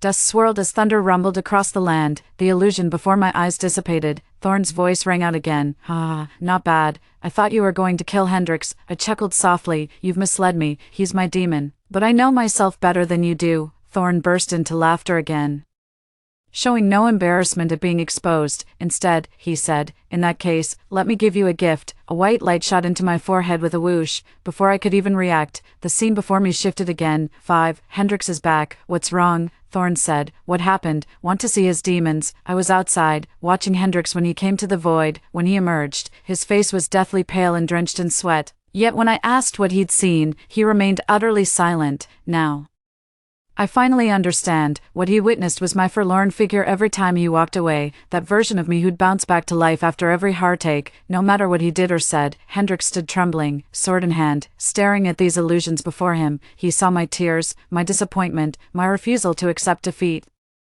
and the love so pure it burned, all because of him. When we wed, he thought I did it for ascension, but within the secret realm, the truth dawned on him. I did it all for him alone. Like me, he knew slaying the illusionary Clara would sever his inner demons, but he hesitated. He was trembling, scared, and backing away. In the end, he never made a move. As the illusion faded, I asked Thorn, how did he advance his cultivation without overcoming his inner demons? Thorn let out a soft chuckle that shook the heavens. Because he's developed the root of affection, though still immature, it lends him strength. My heartstrings trembled as my fingers twitched involuntarily. Thorn continued, Clara, it was precisely because he'd grown a heart that he saved that Lilith flower. Before this, had you ever seen him moved by anything? Thorn answered his own question. How could someone so heartless save a mere flower? One that hasn't even taken human form yet. Even without Lilith, he would regain 6 of his 7 emotions within a few months. It's not because of anyone else, Clara, it's because of you. Emerging from the grand illusionary realm, I was so distraught I nearly stumbled and fell. Saren immediately stepped forward to steady me. I closed my eyes for a moment before I could speak. How long was I in there? Saren replied, 3 months. For a fleeting moment, my mind went blank. Back then, Hendrix had been locked up for a full 5 years. I sighed inwardly as Saren studied me, murmuring softly, "Clara, has your cultivation improved?" I wiped the sweat from my forehead. "I've reached the tribulation stage. After returning to the sect, I went to find my master first. I'm going to kill Lilith, and no one can stop me. I've now reached the tribulation stage. While I'm still not on par with Hendrix, at least I stand a fighting chance. After the illusory realm, I no longer hold any resentment towards him." Thorn was right. There are many things in this world that are simply not meant to be, and none of us are to blame. At least Hendrix and I share the same master. If he insists on protecting Lilith, our fight would be unjustifiable before our master. I knelt on the ground and kowtowed heavily. "Master, Lilith is a demon. She's repeatedly tried to kill me and nearly broke the demon lord's seal. This scourge must be eradicated." The hall fell deathly silent, save for a few muffled sighs. I raised my furrowed brow to find my fellow disciples avoiding my gaze. Even our master watched me in silence, his face an unreadable mix of sorrow and regret. My heart skipped a beat, a wave of unease washing over me. A thought flashed through my mind, and I seized it. I looked around, then asked in a trembling voice, "Master, where's Hendrix?" The oppressive atmosphere in the hall grew heavier, punctuated by the quiet sobs of my junior sisters. Still, Master remained silent.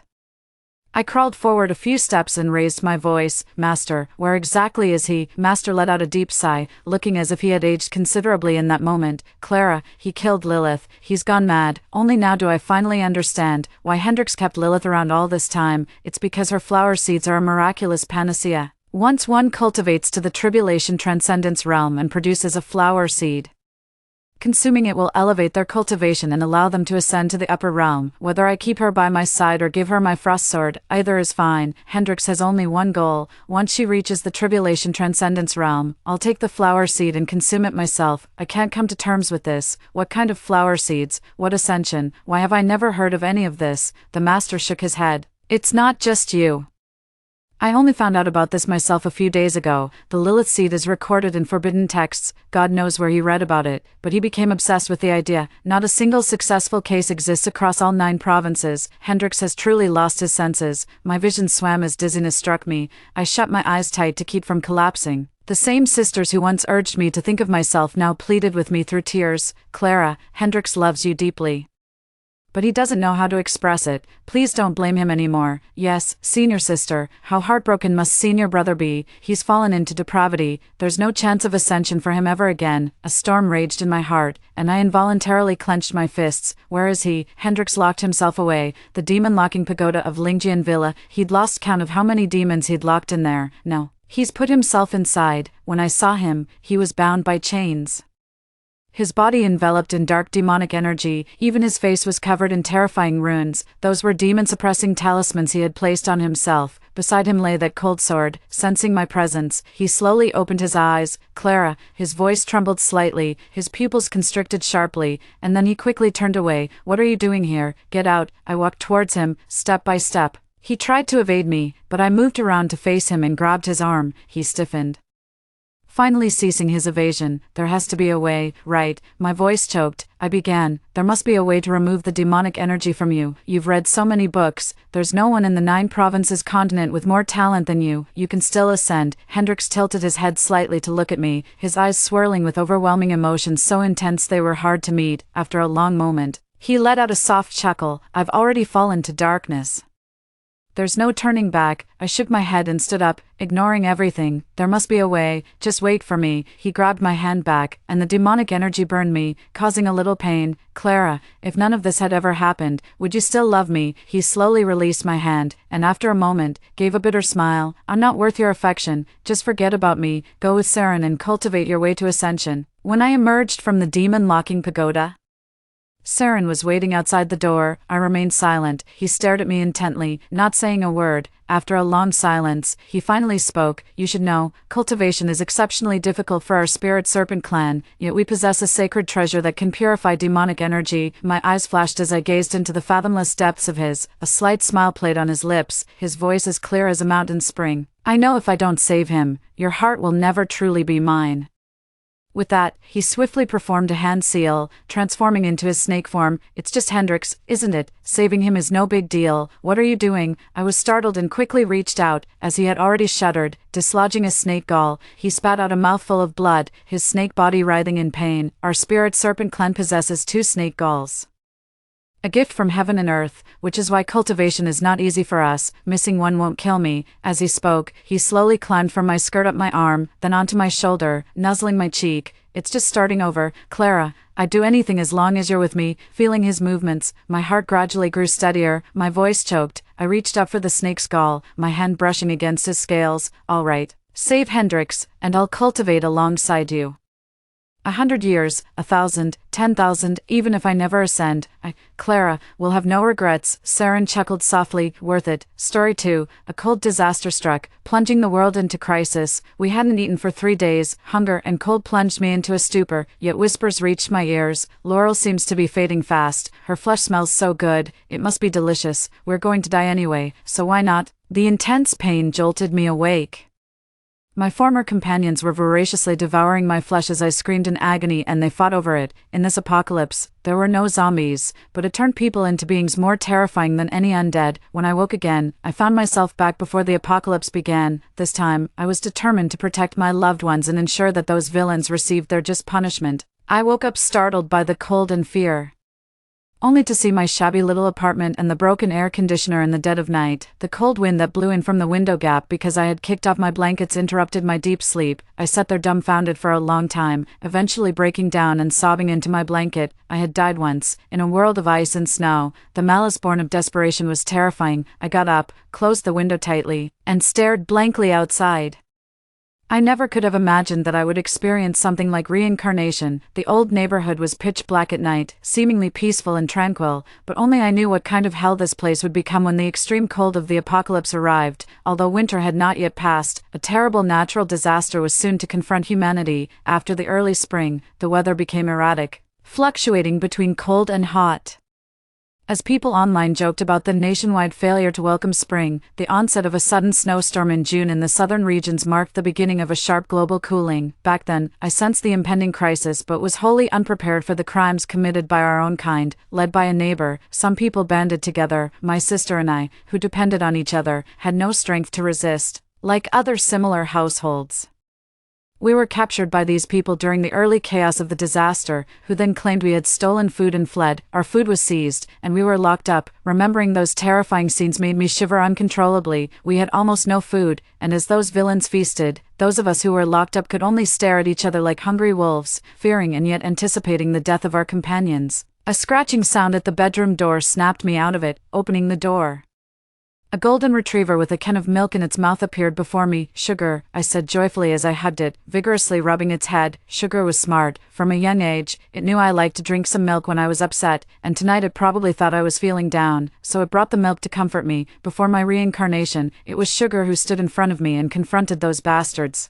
In that bitterly cold apocalypse, only it and my sister Leah were my last sources of warmth. Despite our desperate struggle to survive, in the end, I clenched my teeth, fighting to keep myself from trembling. I had to survive, to escape this place. I couldn't sleep anymore. Taking out my phone, I opened the calendar and began planning how my sister and I could survive the apocalypse. The new year had just passed, my holiday wasn't over yet, and my sister hadn't started school.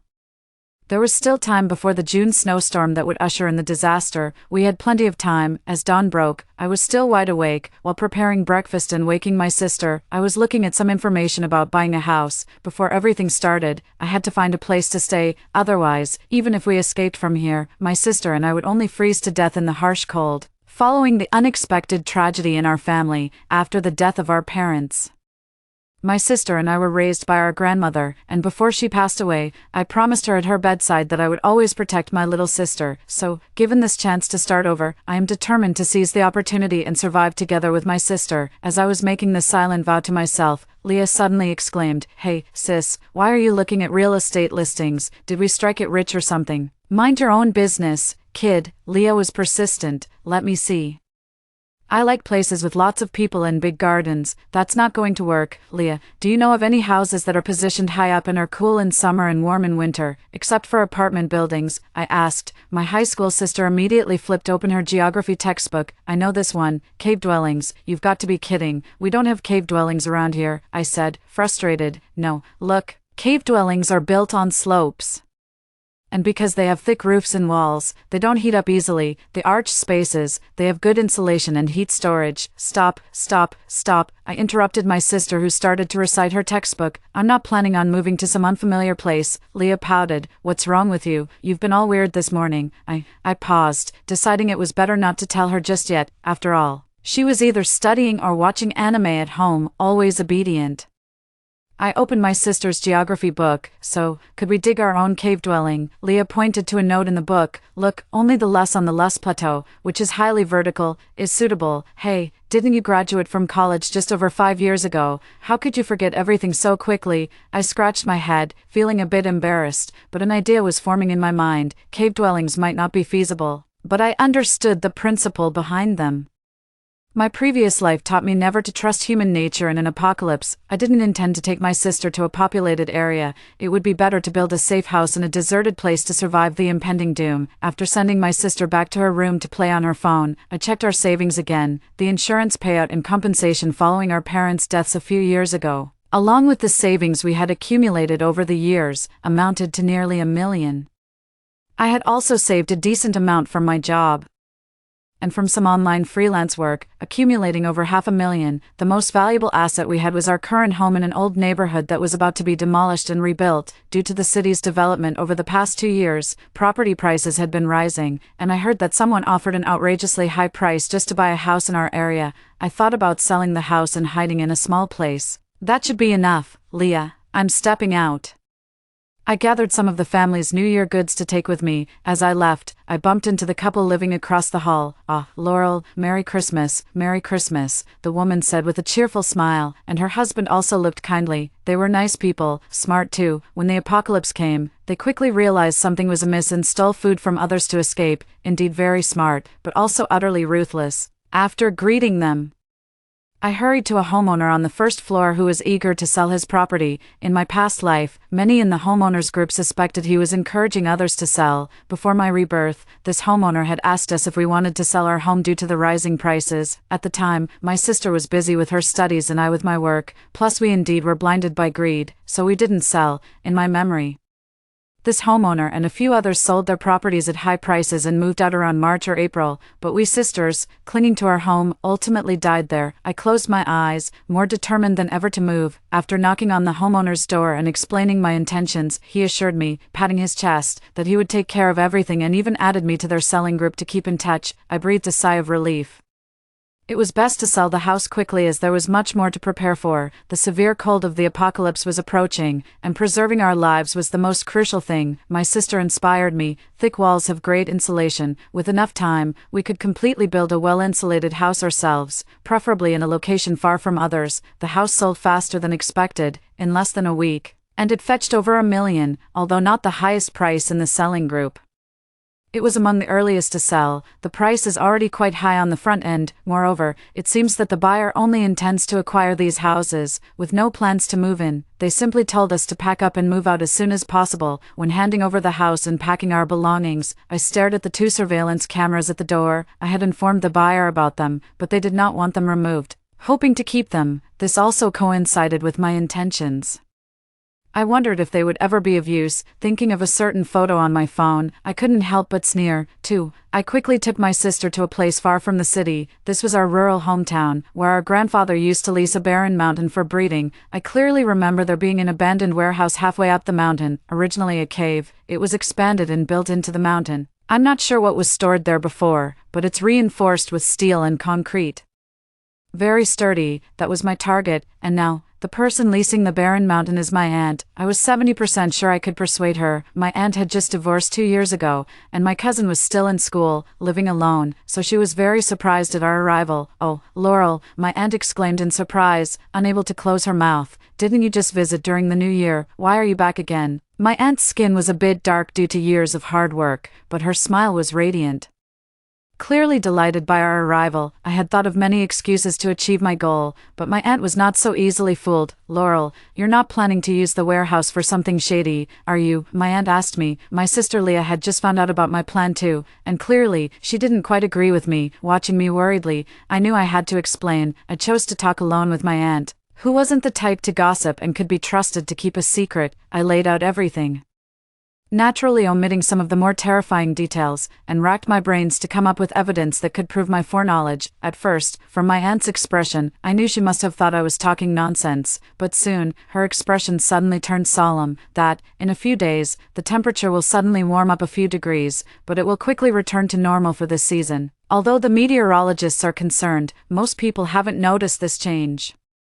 I rambled on, and suddenly looking up, I noticed my aunt's expression was not good. "Aunt," my aunt suddenly spoke seriously. "That explains it." Confused, I watched as my aunt pulled out her phone to show me videos, over a dozen of them, featuring the chickens and wild rabbits she raised on the barren mountain. Some animals were frantically using their warm fur to make nests, others were running and crashing around like mad. "Are they sick?" My aunt shook her head. "I studied this field.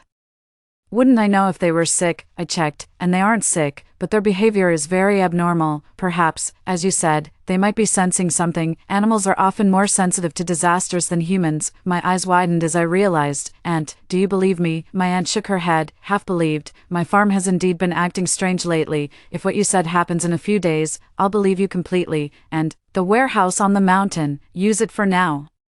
I'm giving you a deal. I just got approval for that warehouse a few days ago, and I had just cleared it out, planning to store some timber, but don't tell anyone, it's still a warehouse after all, not suitable for living," Aunt said. "Please translate the paragraphs I send you into English, and ensure that the language isn't too literal." I gestured to indicate I understand. After all, if the extreme cold of the apocalypse arrives, it would be okay to stay in that cave warehouse.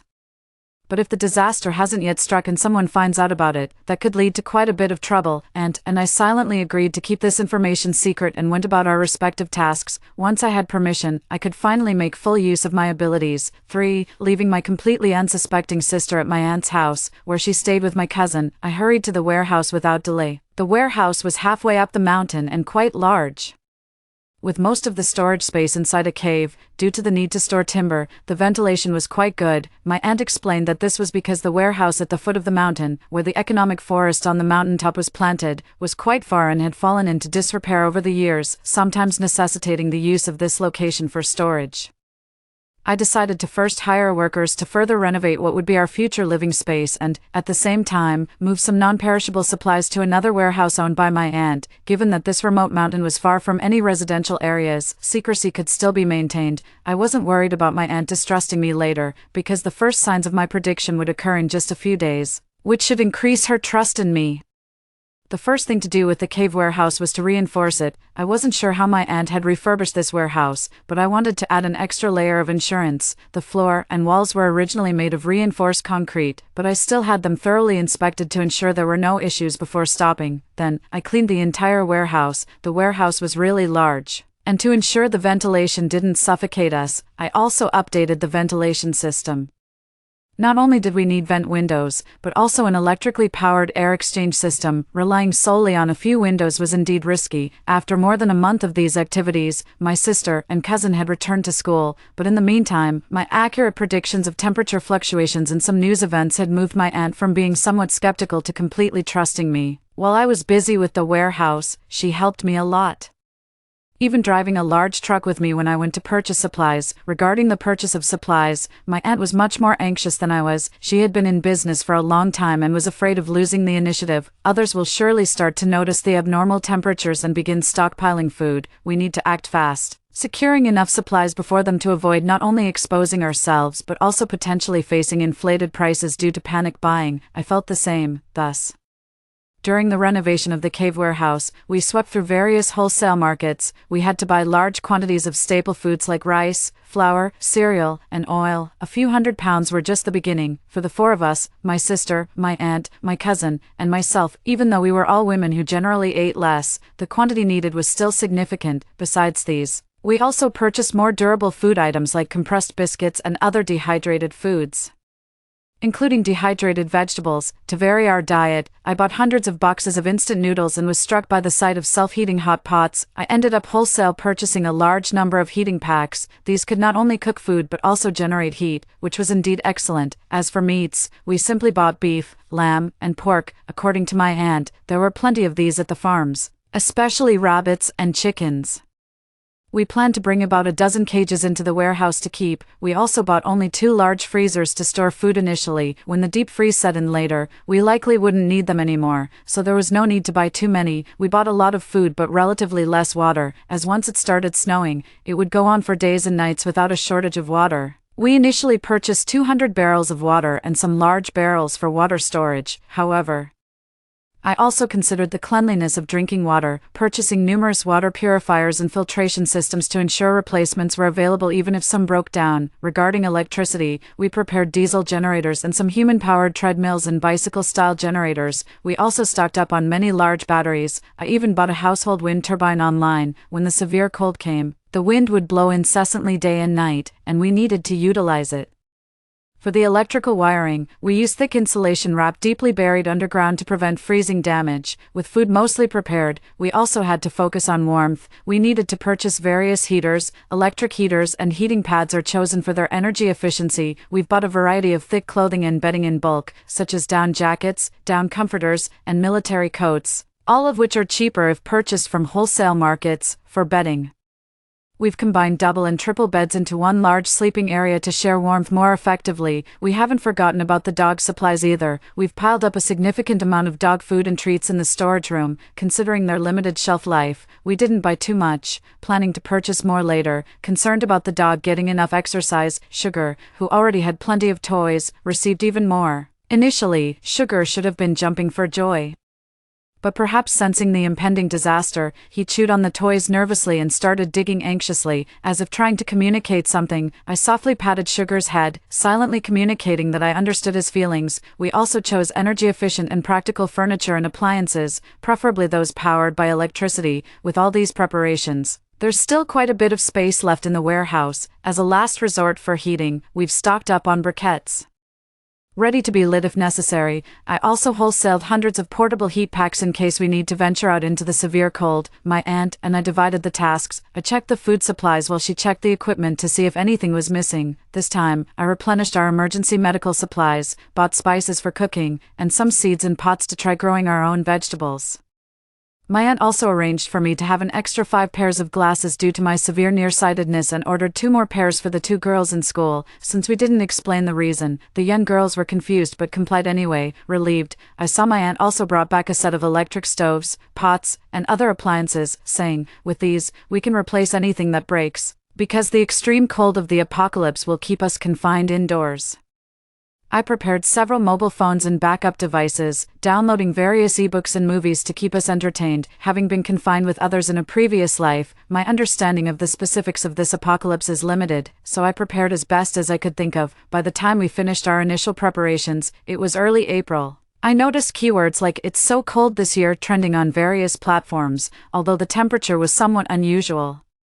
No large-scale cold disasters had occurred yet, and most people, including my prairie birth self, were unaware of these signs of crisis. A few people were disturbed by these anomalies, and some even started preaching doomsday theories. Although these voices were in the minority, I took them seriously. I have no doubt that some people had already begun to stockpile food. To some, stocking up now might seem foolish, as most people couldn't foresee the impending disaster. Sure enough, I soon came across a video titled "My Paranoid Neighbor Thinks the World is Going to End," showing someone repeatedly bringing home various food supplies, whether staged or not. The video was popular, and many mocked it below. I, too, had been a spectator in my previous life. Perhaps because I lingered on this video longer, I subsequently came across several similar videos, some clearly staged, others not so obvious. I showed these videos to my aunt, and her expression darkened like mine. This disaster wasn't sudden, it gave many signs, and some people were bound to prepare. However, those who did could become easy targets once the apocalypse began. There's still about the space of a living room left in our storage warehouse, and I plan to store more food. The more, the better. However, I decided not to involve my aunt further. Previously, wholesaling large quantities of food might not have led anyone to think of hoarding, but now it might. Besides, my aunt is a familiar face in this small town, posing too great a risk of exposure. It's better for me, a newcomer, to handle it. As expected, the prices of some apocalypse essential, long storage food and supplies had indeed increased at the wholesale market, and my aunt doesn't have much in savings. I'm left with just over $200,000, which bought us less supplies than expected, but it should be enough. The period of unusually frequent temperature fluctuations has passed, and the online buzz about it is dying down. Our safe house is now fully constructed, but now it's already May. My aunt and I are just waiting for an excuse to call my sister and her family back a few days before the apocalypse. During the wait, I saw in the group where I sold the house that someone managed to sell at a higher price. Some chatty people appeared, sparking lively discussions for a while. We talked about the recent strange weather and the reluctance to move out of our homes. I seized the moment to join the conversation, sharing our sentiments about moving, and casually posted a few photos of the neighborhood to express our nostalgia. These photos seem to be just of the local flora, but one of them is the main event. In the center of the image is an apartment building, but in the bottom left corner, there is a man and a woman in an intimate embrace. A scene I had unexpectedly captured before moving. The man in the photo, surnamed Ma, is one of the two leaders in the extreme cold apocalypse, and the woman, another leader's wife with the surname Ryan, had been involved with him long before. This was known among us hostages when their affair came to light during the apocalypse, but under the pressure of the imminent disaster, both Mr. Ma and Mr. Ryan kept it quiet, but if this had come out earlier, I couldn't help but smirk.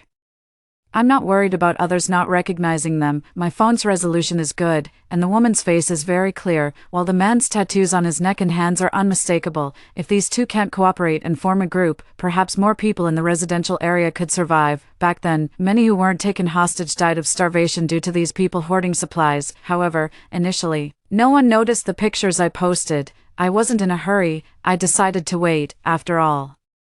I hadn't known them before the apocalypse, and it seemed better to let others notice naturally, making the revelation more dramatic. By the end of May, I had completely filled up the last bit of space with supplies, and my aunt had taken the two young girls out of school and brought them back. The girls were unaware of the existence of the warehouse. Sitting in our empty house, they thought we had been burglarized, but my aunt and I just smiled and remained silent.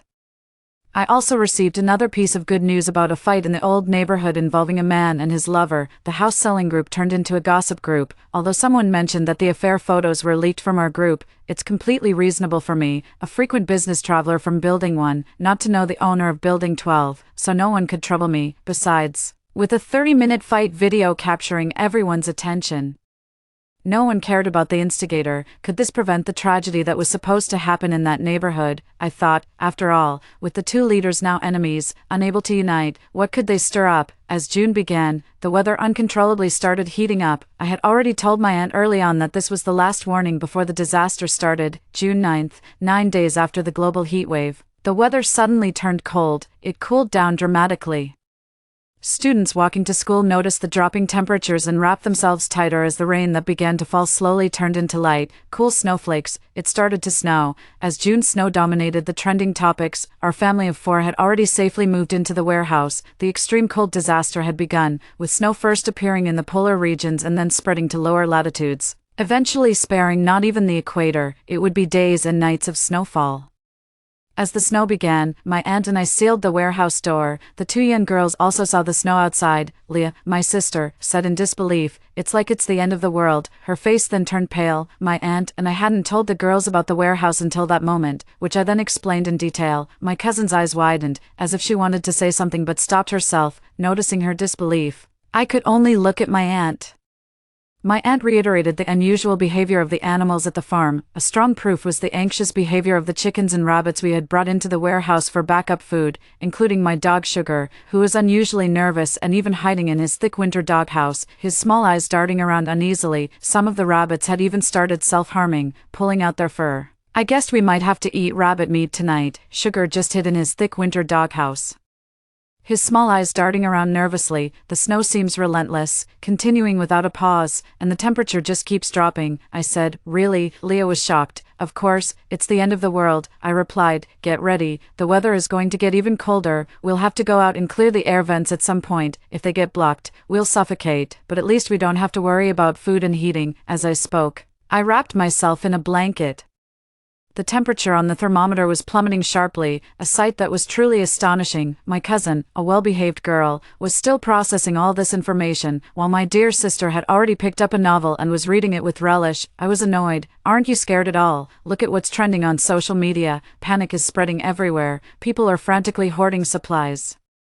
driving prices through the roof. We were almost like them. Leah glanced at me, hugged me, and gave me a peck on the cheek. Big sis, you're the best. That instantly cooled my temper. Seeing our cousin looking a bit clueless, Leah dragged her over to read the novel together. Our aunt frowned, snatched the novel away, and handed each of them a math workbook, insisting they study properly. Listening to the girls lament, "Why do we have to do homework at the end of the world?" made me oddly happy.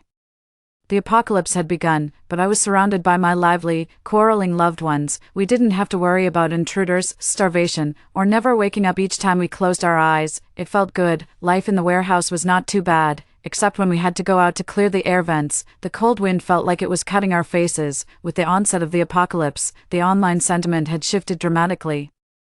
Those who had stockpiled goods and were previously called fools and idiots overnight became prophets, lucky ones, and wise preppers. Seemingly overnight, many more people had hoarded vast amounts of supplies, some even boastfully sharing videos online. It was such a surreal scene that I didn't know what to say, but honestly, things weren't too bad, thanks to the government's efforts to keep the electricity and internet running. We experienced some power outages, but most of the time, both were available. We had agreed not to disclose our situation here, so life was relatively stable. On the day of the apocalypse, the sun seemed to lose its warmth, everything was icy cold. When snow began falling at the equator, the whole world plunged into panic. This completely illogical and unscientific scenario was inexplicable. The public's panic-induced buying led to several tragic incidents, and there were multiple violent clashes over resources, but this wasn't a zombie apocalypse. The severe cold was harsh but not enough to halt a country instantly. These incidents were quickly resolved, and to prevent similar occurrences, the government began mobilizing collective resources to distribute supplies. Large quantities of winter gear were sent to the south, which lacked such items, and regions were designated for supply distribution to minimize deaths in search of resources in the extreme cold. After all, by the day of extreme cold, the night temperature in mid-latitude regions had dropped from 38 degrees to -27, and it was still falling. News of people suffering from frostbite or even freezing to death, especially in typically low-latitude areas, was on the rise. The regions that were originally tropical, unprepared for the cold, faced what could only be described as a slaughter from the blizzard. As it turned out, those who lived in high-latitude areas initially had a higher survival rate during the early stages of the apocalypse. International news was even more suffocating. Countries plagued by perennial wars were utterly unable to withstand the cold, with countless casualties. In capitalist nations, the slums became the largest morgues. Under the banner of social Darwinism, resources flowed like water into wealthy areas. The poor, without money, could only struggle to survive amid water and power outages. Watching the news, my feelings were mixed. Thanks to the timely response of our government, which repaired electrical circuits, most areas, although with weaker signals, still had internet access. Power outages were sporadic, but whenever an area experienced an outage, the information was updated, and either government or civilian repair teams were dispatched immediately to fix the circuits. Many people online were complaining, but overall, it was stable. Recently, someone online reported corruption in the distribution of supplies, and the government swiftly took action against the corrupt officials during this critical period. These actions, along with disaster relief efforts, somewhat restored public confidence. However, this also reminded me of the past. In the past, supplies were distributed by community units, and those surnamed Ma and Ryan were the community leaders responsible for the distribution. Together, they secretly intercepted the supplies and took control of the people in the community. Individuals living alone were captured separately, while families were taken hostage one or two at a time, and their communication devices were confiscated. Due to the inconvenience caused by the blizzard, it was easy for them to take control of everyone. I don't know if my involvement in the original community changed anything, nor do I know if there were similar situations in other communities before I was reborn. Sugar ran into my arms, her warm body dispelling my wild thoughts. No school, no work, and no need to worry about stocking up on supplies like before the apocalypse. Suddenly having free time, I felt somewhat unaccustomed. Today, my aunt took out a hen that had been prepared and slowly started to make soup. We sat around the pot, warming ourselves. Initially, we played cards with 2 decks of poker, then switched to playing werewolf, which became boring with just 4 people guessing, so we moved on to other board games. When my aunt bankrupted Leah for the 7th time using toll fees in Monopoly, the game lost its appeal. No way, we can't let aunt play this. I couldn't help but complain. I'm so hungry, I want some chicken soup. My cousin gazed eagerly at the pot. The rich aroma of the chicken soup warmed us up significantly. With the outside temperature dropping to -50 degrees Celsius, even splashed hot water would freeze. Just yesterday, I brought in a few buckets of snow to use for washing, and it was bitterly cold. Today marks only 1 week into this extreme cold apocalypse. There was a small incident in between. Around the 4th day of the apocalypse, my aunt received an Instagram message. It was from her ex-husband. The message was written in a tone of finality. He shared his experiences during the apocalypse, being pursued by creditors, having no stable residence, earning little, and unable to afford even basic items to keep warm. He said he was going to die and hoped my aunt would take care of their daughter. He poured out his heart in the message, and even I was deeply moved. My aunt's eyes reddened as she read, but as soon as she put down the phone, she had no intention of replying. I was surprised. With a bitter smile, my aunt did not respond.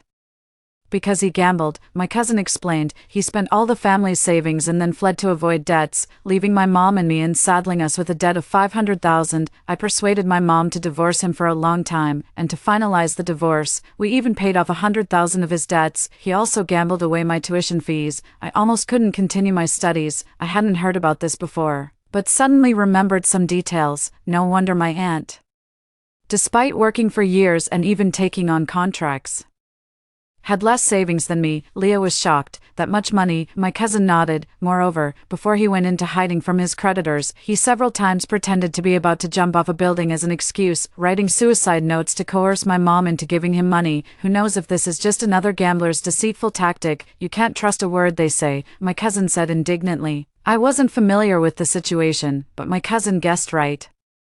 Approximately when we were reading the message, I accidentally touched the input box, and the sender saw the typing indicator. Realizing someone was there, he immediately continued, claiming he had earned some money and wanted to see his daughter. Something felt off, but his words were humble and earnest, entirely portraying a loving father. However, no matter what he said, my aunt and cousin had no intention of replying, probably because the questioning looks from Leah and me were too obvious. My aunt felt a bit sad but still explained, it's another scam, we won't engage with him, and soon, he'll reveal his true intentions. Let's take a break, she said. The 2 little girls fell asleep quickly, but I found myself unable to sleep. Tossing and turning, I saw my aunt set her phone aside. She absent-mindedly stroked the fur of Sugar, who must have snuck up at some point, while secretly wiping away tears. I made her a cup of milk tea and handed it to her. He wasn't always like this, my aunt said softly. She then began to recount how she met her ex-husband. It was a tender story. During their university days, a fleeting glance between a boy and a girl in the library led to mutual heartbeats and tentative confessions, much like a scene from a campus romance novel. Even the mundane aspects of married life, like household chores, did not dampen their love for each other. After marriage, they had a child. They worked even harder, saving money, supporting each other through life, and their love continued unabated. Up to this point, their marriage was happier than most. However, just as their life seemed to be improving, my aunt discovered a debt collection message on her husband's phone one day. She learned that her husband had been led into gambling by a colleague. Initially, she thought she could help repay the debts, but as their savings dwindled, she realized the depth of the hole he had dug was too deep to fill. During this time, her husband began to lie habitually.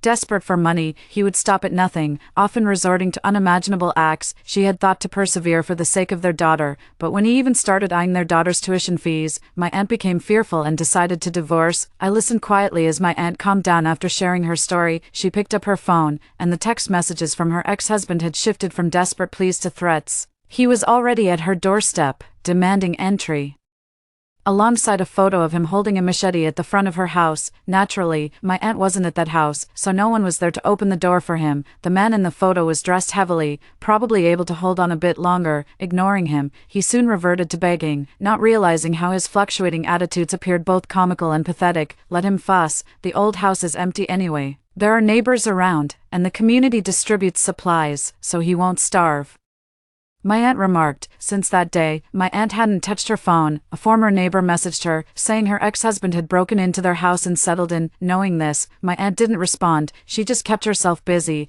It was my cousin who acted, clumsily cooking a dish from a recipe book. She made pork ribs stewed with potatoes but forgot the salt, which finally pulled my aunt out of her sorrow. As time passed, the snow intermittently fell, but eventually, it would stop. The wind, however, would not. In the storage facility, I could faintly hear the fierce wind. Watching some live streams, I even saw the wind snap slender trees by the roadside. The temperature has remained below -50 degrees. Whether it will drop further, no one knows. Thanks to our preparations, our life is still decent. Going outside to clear the snow piling at the door is a bit tough. But with heat packs stuck all over and wrapped in thick clothes, we managed to avoid frostbite.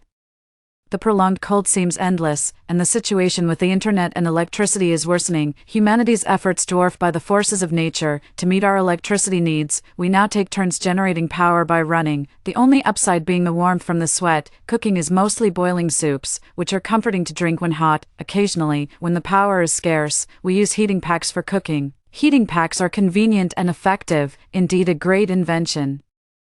Months have passed in this manner. In this apocalyptic world, everyone struggles to survive, yet heroes emerge, with soldiers always at the forefront, tirelessly working to repair electrical circuits and rescue people. Many people from the rear also volunteered to join the civilian rescue teams. The list of casualties among the military and rescue teams is growing longer, with ages ranging from 18, who had just come of age a few days ago, to 70.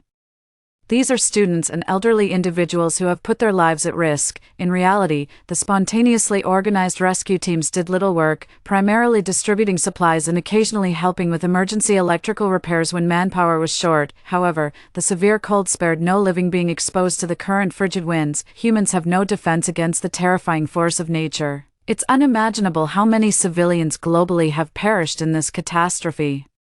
When I went out to shovel snow, I saw the sun, bright and hanging in the sky, but it had already lost all its warmth. I don't understand the scientific principles behind this disaster, which seems endless. Sometimes, in nightmares, I remember the days before the rebirth, but thinking about what happened after my intervention, where two evildoers could no longer collaborate, always brings me some peace. I tried to watch my old neighborhood through the surveillance camera at my old house. But the new owner had changed the password, so I couldn't access it. I comfort myself by thinking that at least I helped others, possibly saving some from starvation or murder. But by the 10th month of this apocalypse, my long-standing beliefs were shattered. The news came from a report on apocalypse-related crimes. The police had cracked a particularly heinous case of murder by an apocalyptic gang in a certain community in District Z, City Y, Province X. Two people had organized violent gangs that fought over resources and brawled with each other. Since the apocalypse began, this directly resulted in 42 deaths and 62 injuries. Looking at the familiar images, I felt a chill in my heart. Once quiet, the group chat for selling houses erupted once again, probably because everyone was suffering. No one wanted to chat with strangers, but with this news, many came alive. I noticed there were fewer active users than before. I wondered if they were gone or dead. Damn, I'm glad I moved away early, or I wouldn't even know how I might have died. 666. I never knew that guy Ryan had it in him, that one. What's his name? I used to greet him.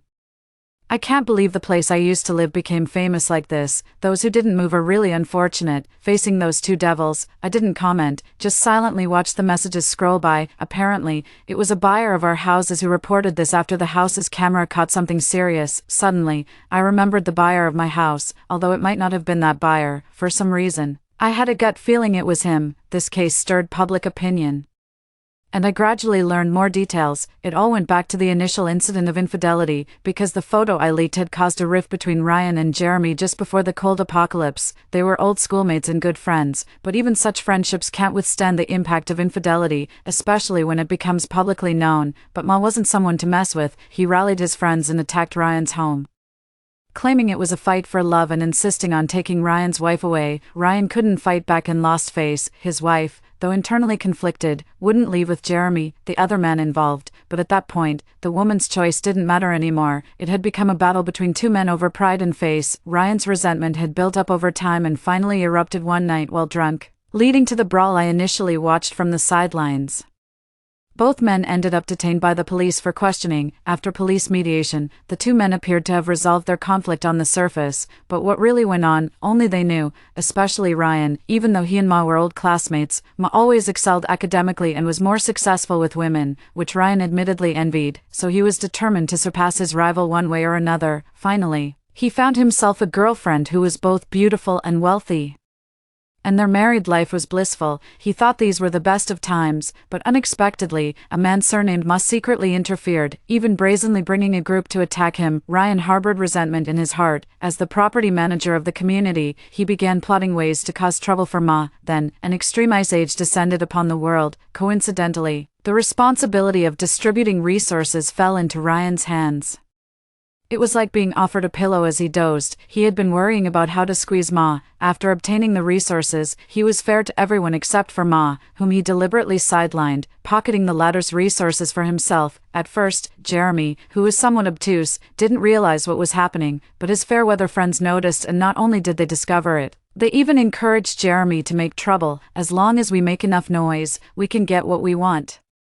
Maybe even more, they claimed during an interrogation. Thus, Jeremy and his friends formed the first gang, causing disturbances and eventually resorting to forcefully stealing other supplies. Consequently, the residents who thought Ryan was fair also began to band together to retaliate. After all, anyone would be furious if their life-saving supplies were stolen without cause. At first, it was just minor skirmishes, with both sides aiming to reclaim their own supplies, but gradually, greed took over. If we kill them, we can take all the supplies for ourselves. The rivalry between the two gang leaders, already fraught with past grievances, now intensified the animosity between the two groups. This led to the first major clash. Armed with knives, they fought each other viciously. Many died in that encounter, but instead of stopping, both sides believed that fighting was beneficial for seizing more resources. What was even more terrifying was that, in addition to brawling, like something out of a TV show, both sides started sending spies to gather intelligence on each other. The direct consequence was that members within both gangs became increasingly paranoid, suspecting those around them of being spies and causing infighting. Thus, the situation became increasingly chaotic. The whole affair was eventually exposed by a buyer of a property here,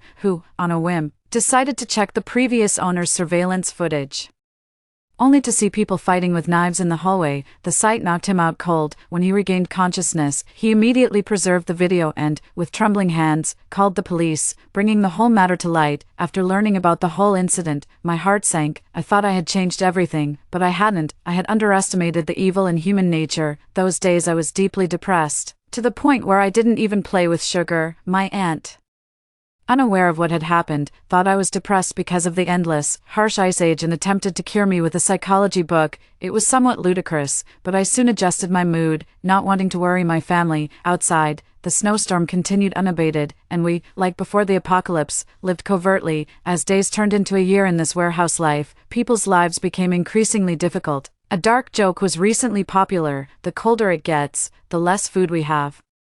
But don't worry, our people are dying off too. This left me with mixed feelings, but I truly admired my aunt, who insisted on having my cousin and Leah continue their studies through downloaded online courses over the year. When this apocalypse ends, they will surely outperform all their peers who have lived through it. But, will the apocalypse really end? Unexpectedly, just when I had been pondering this for no more than a month, the intermittent snowstorm suddenly stopped. No snow, no wind, just a dazzling sun hanging in the sky. But this abrupt change made everyone hesitant to believe it was real. Many preferred to think it was an illusion. I put on thick cotton clothes and filled them with heat packs. Ignoring my aunt's pleas, I pushed open the door and stepped outside, gazing absently at the sky. It was a sun so brilliantly golden that it was almost unbearable to look at directly. Standing in the snow, I suddenly felt a sensation I hadn't experienced in a long time: heat.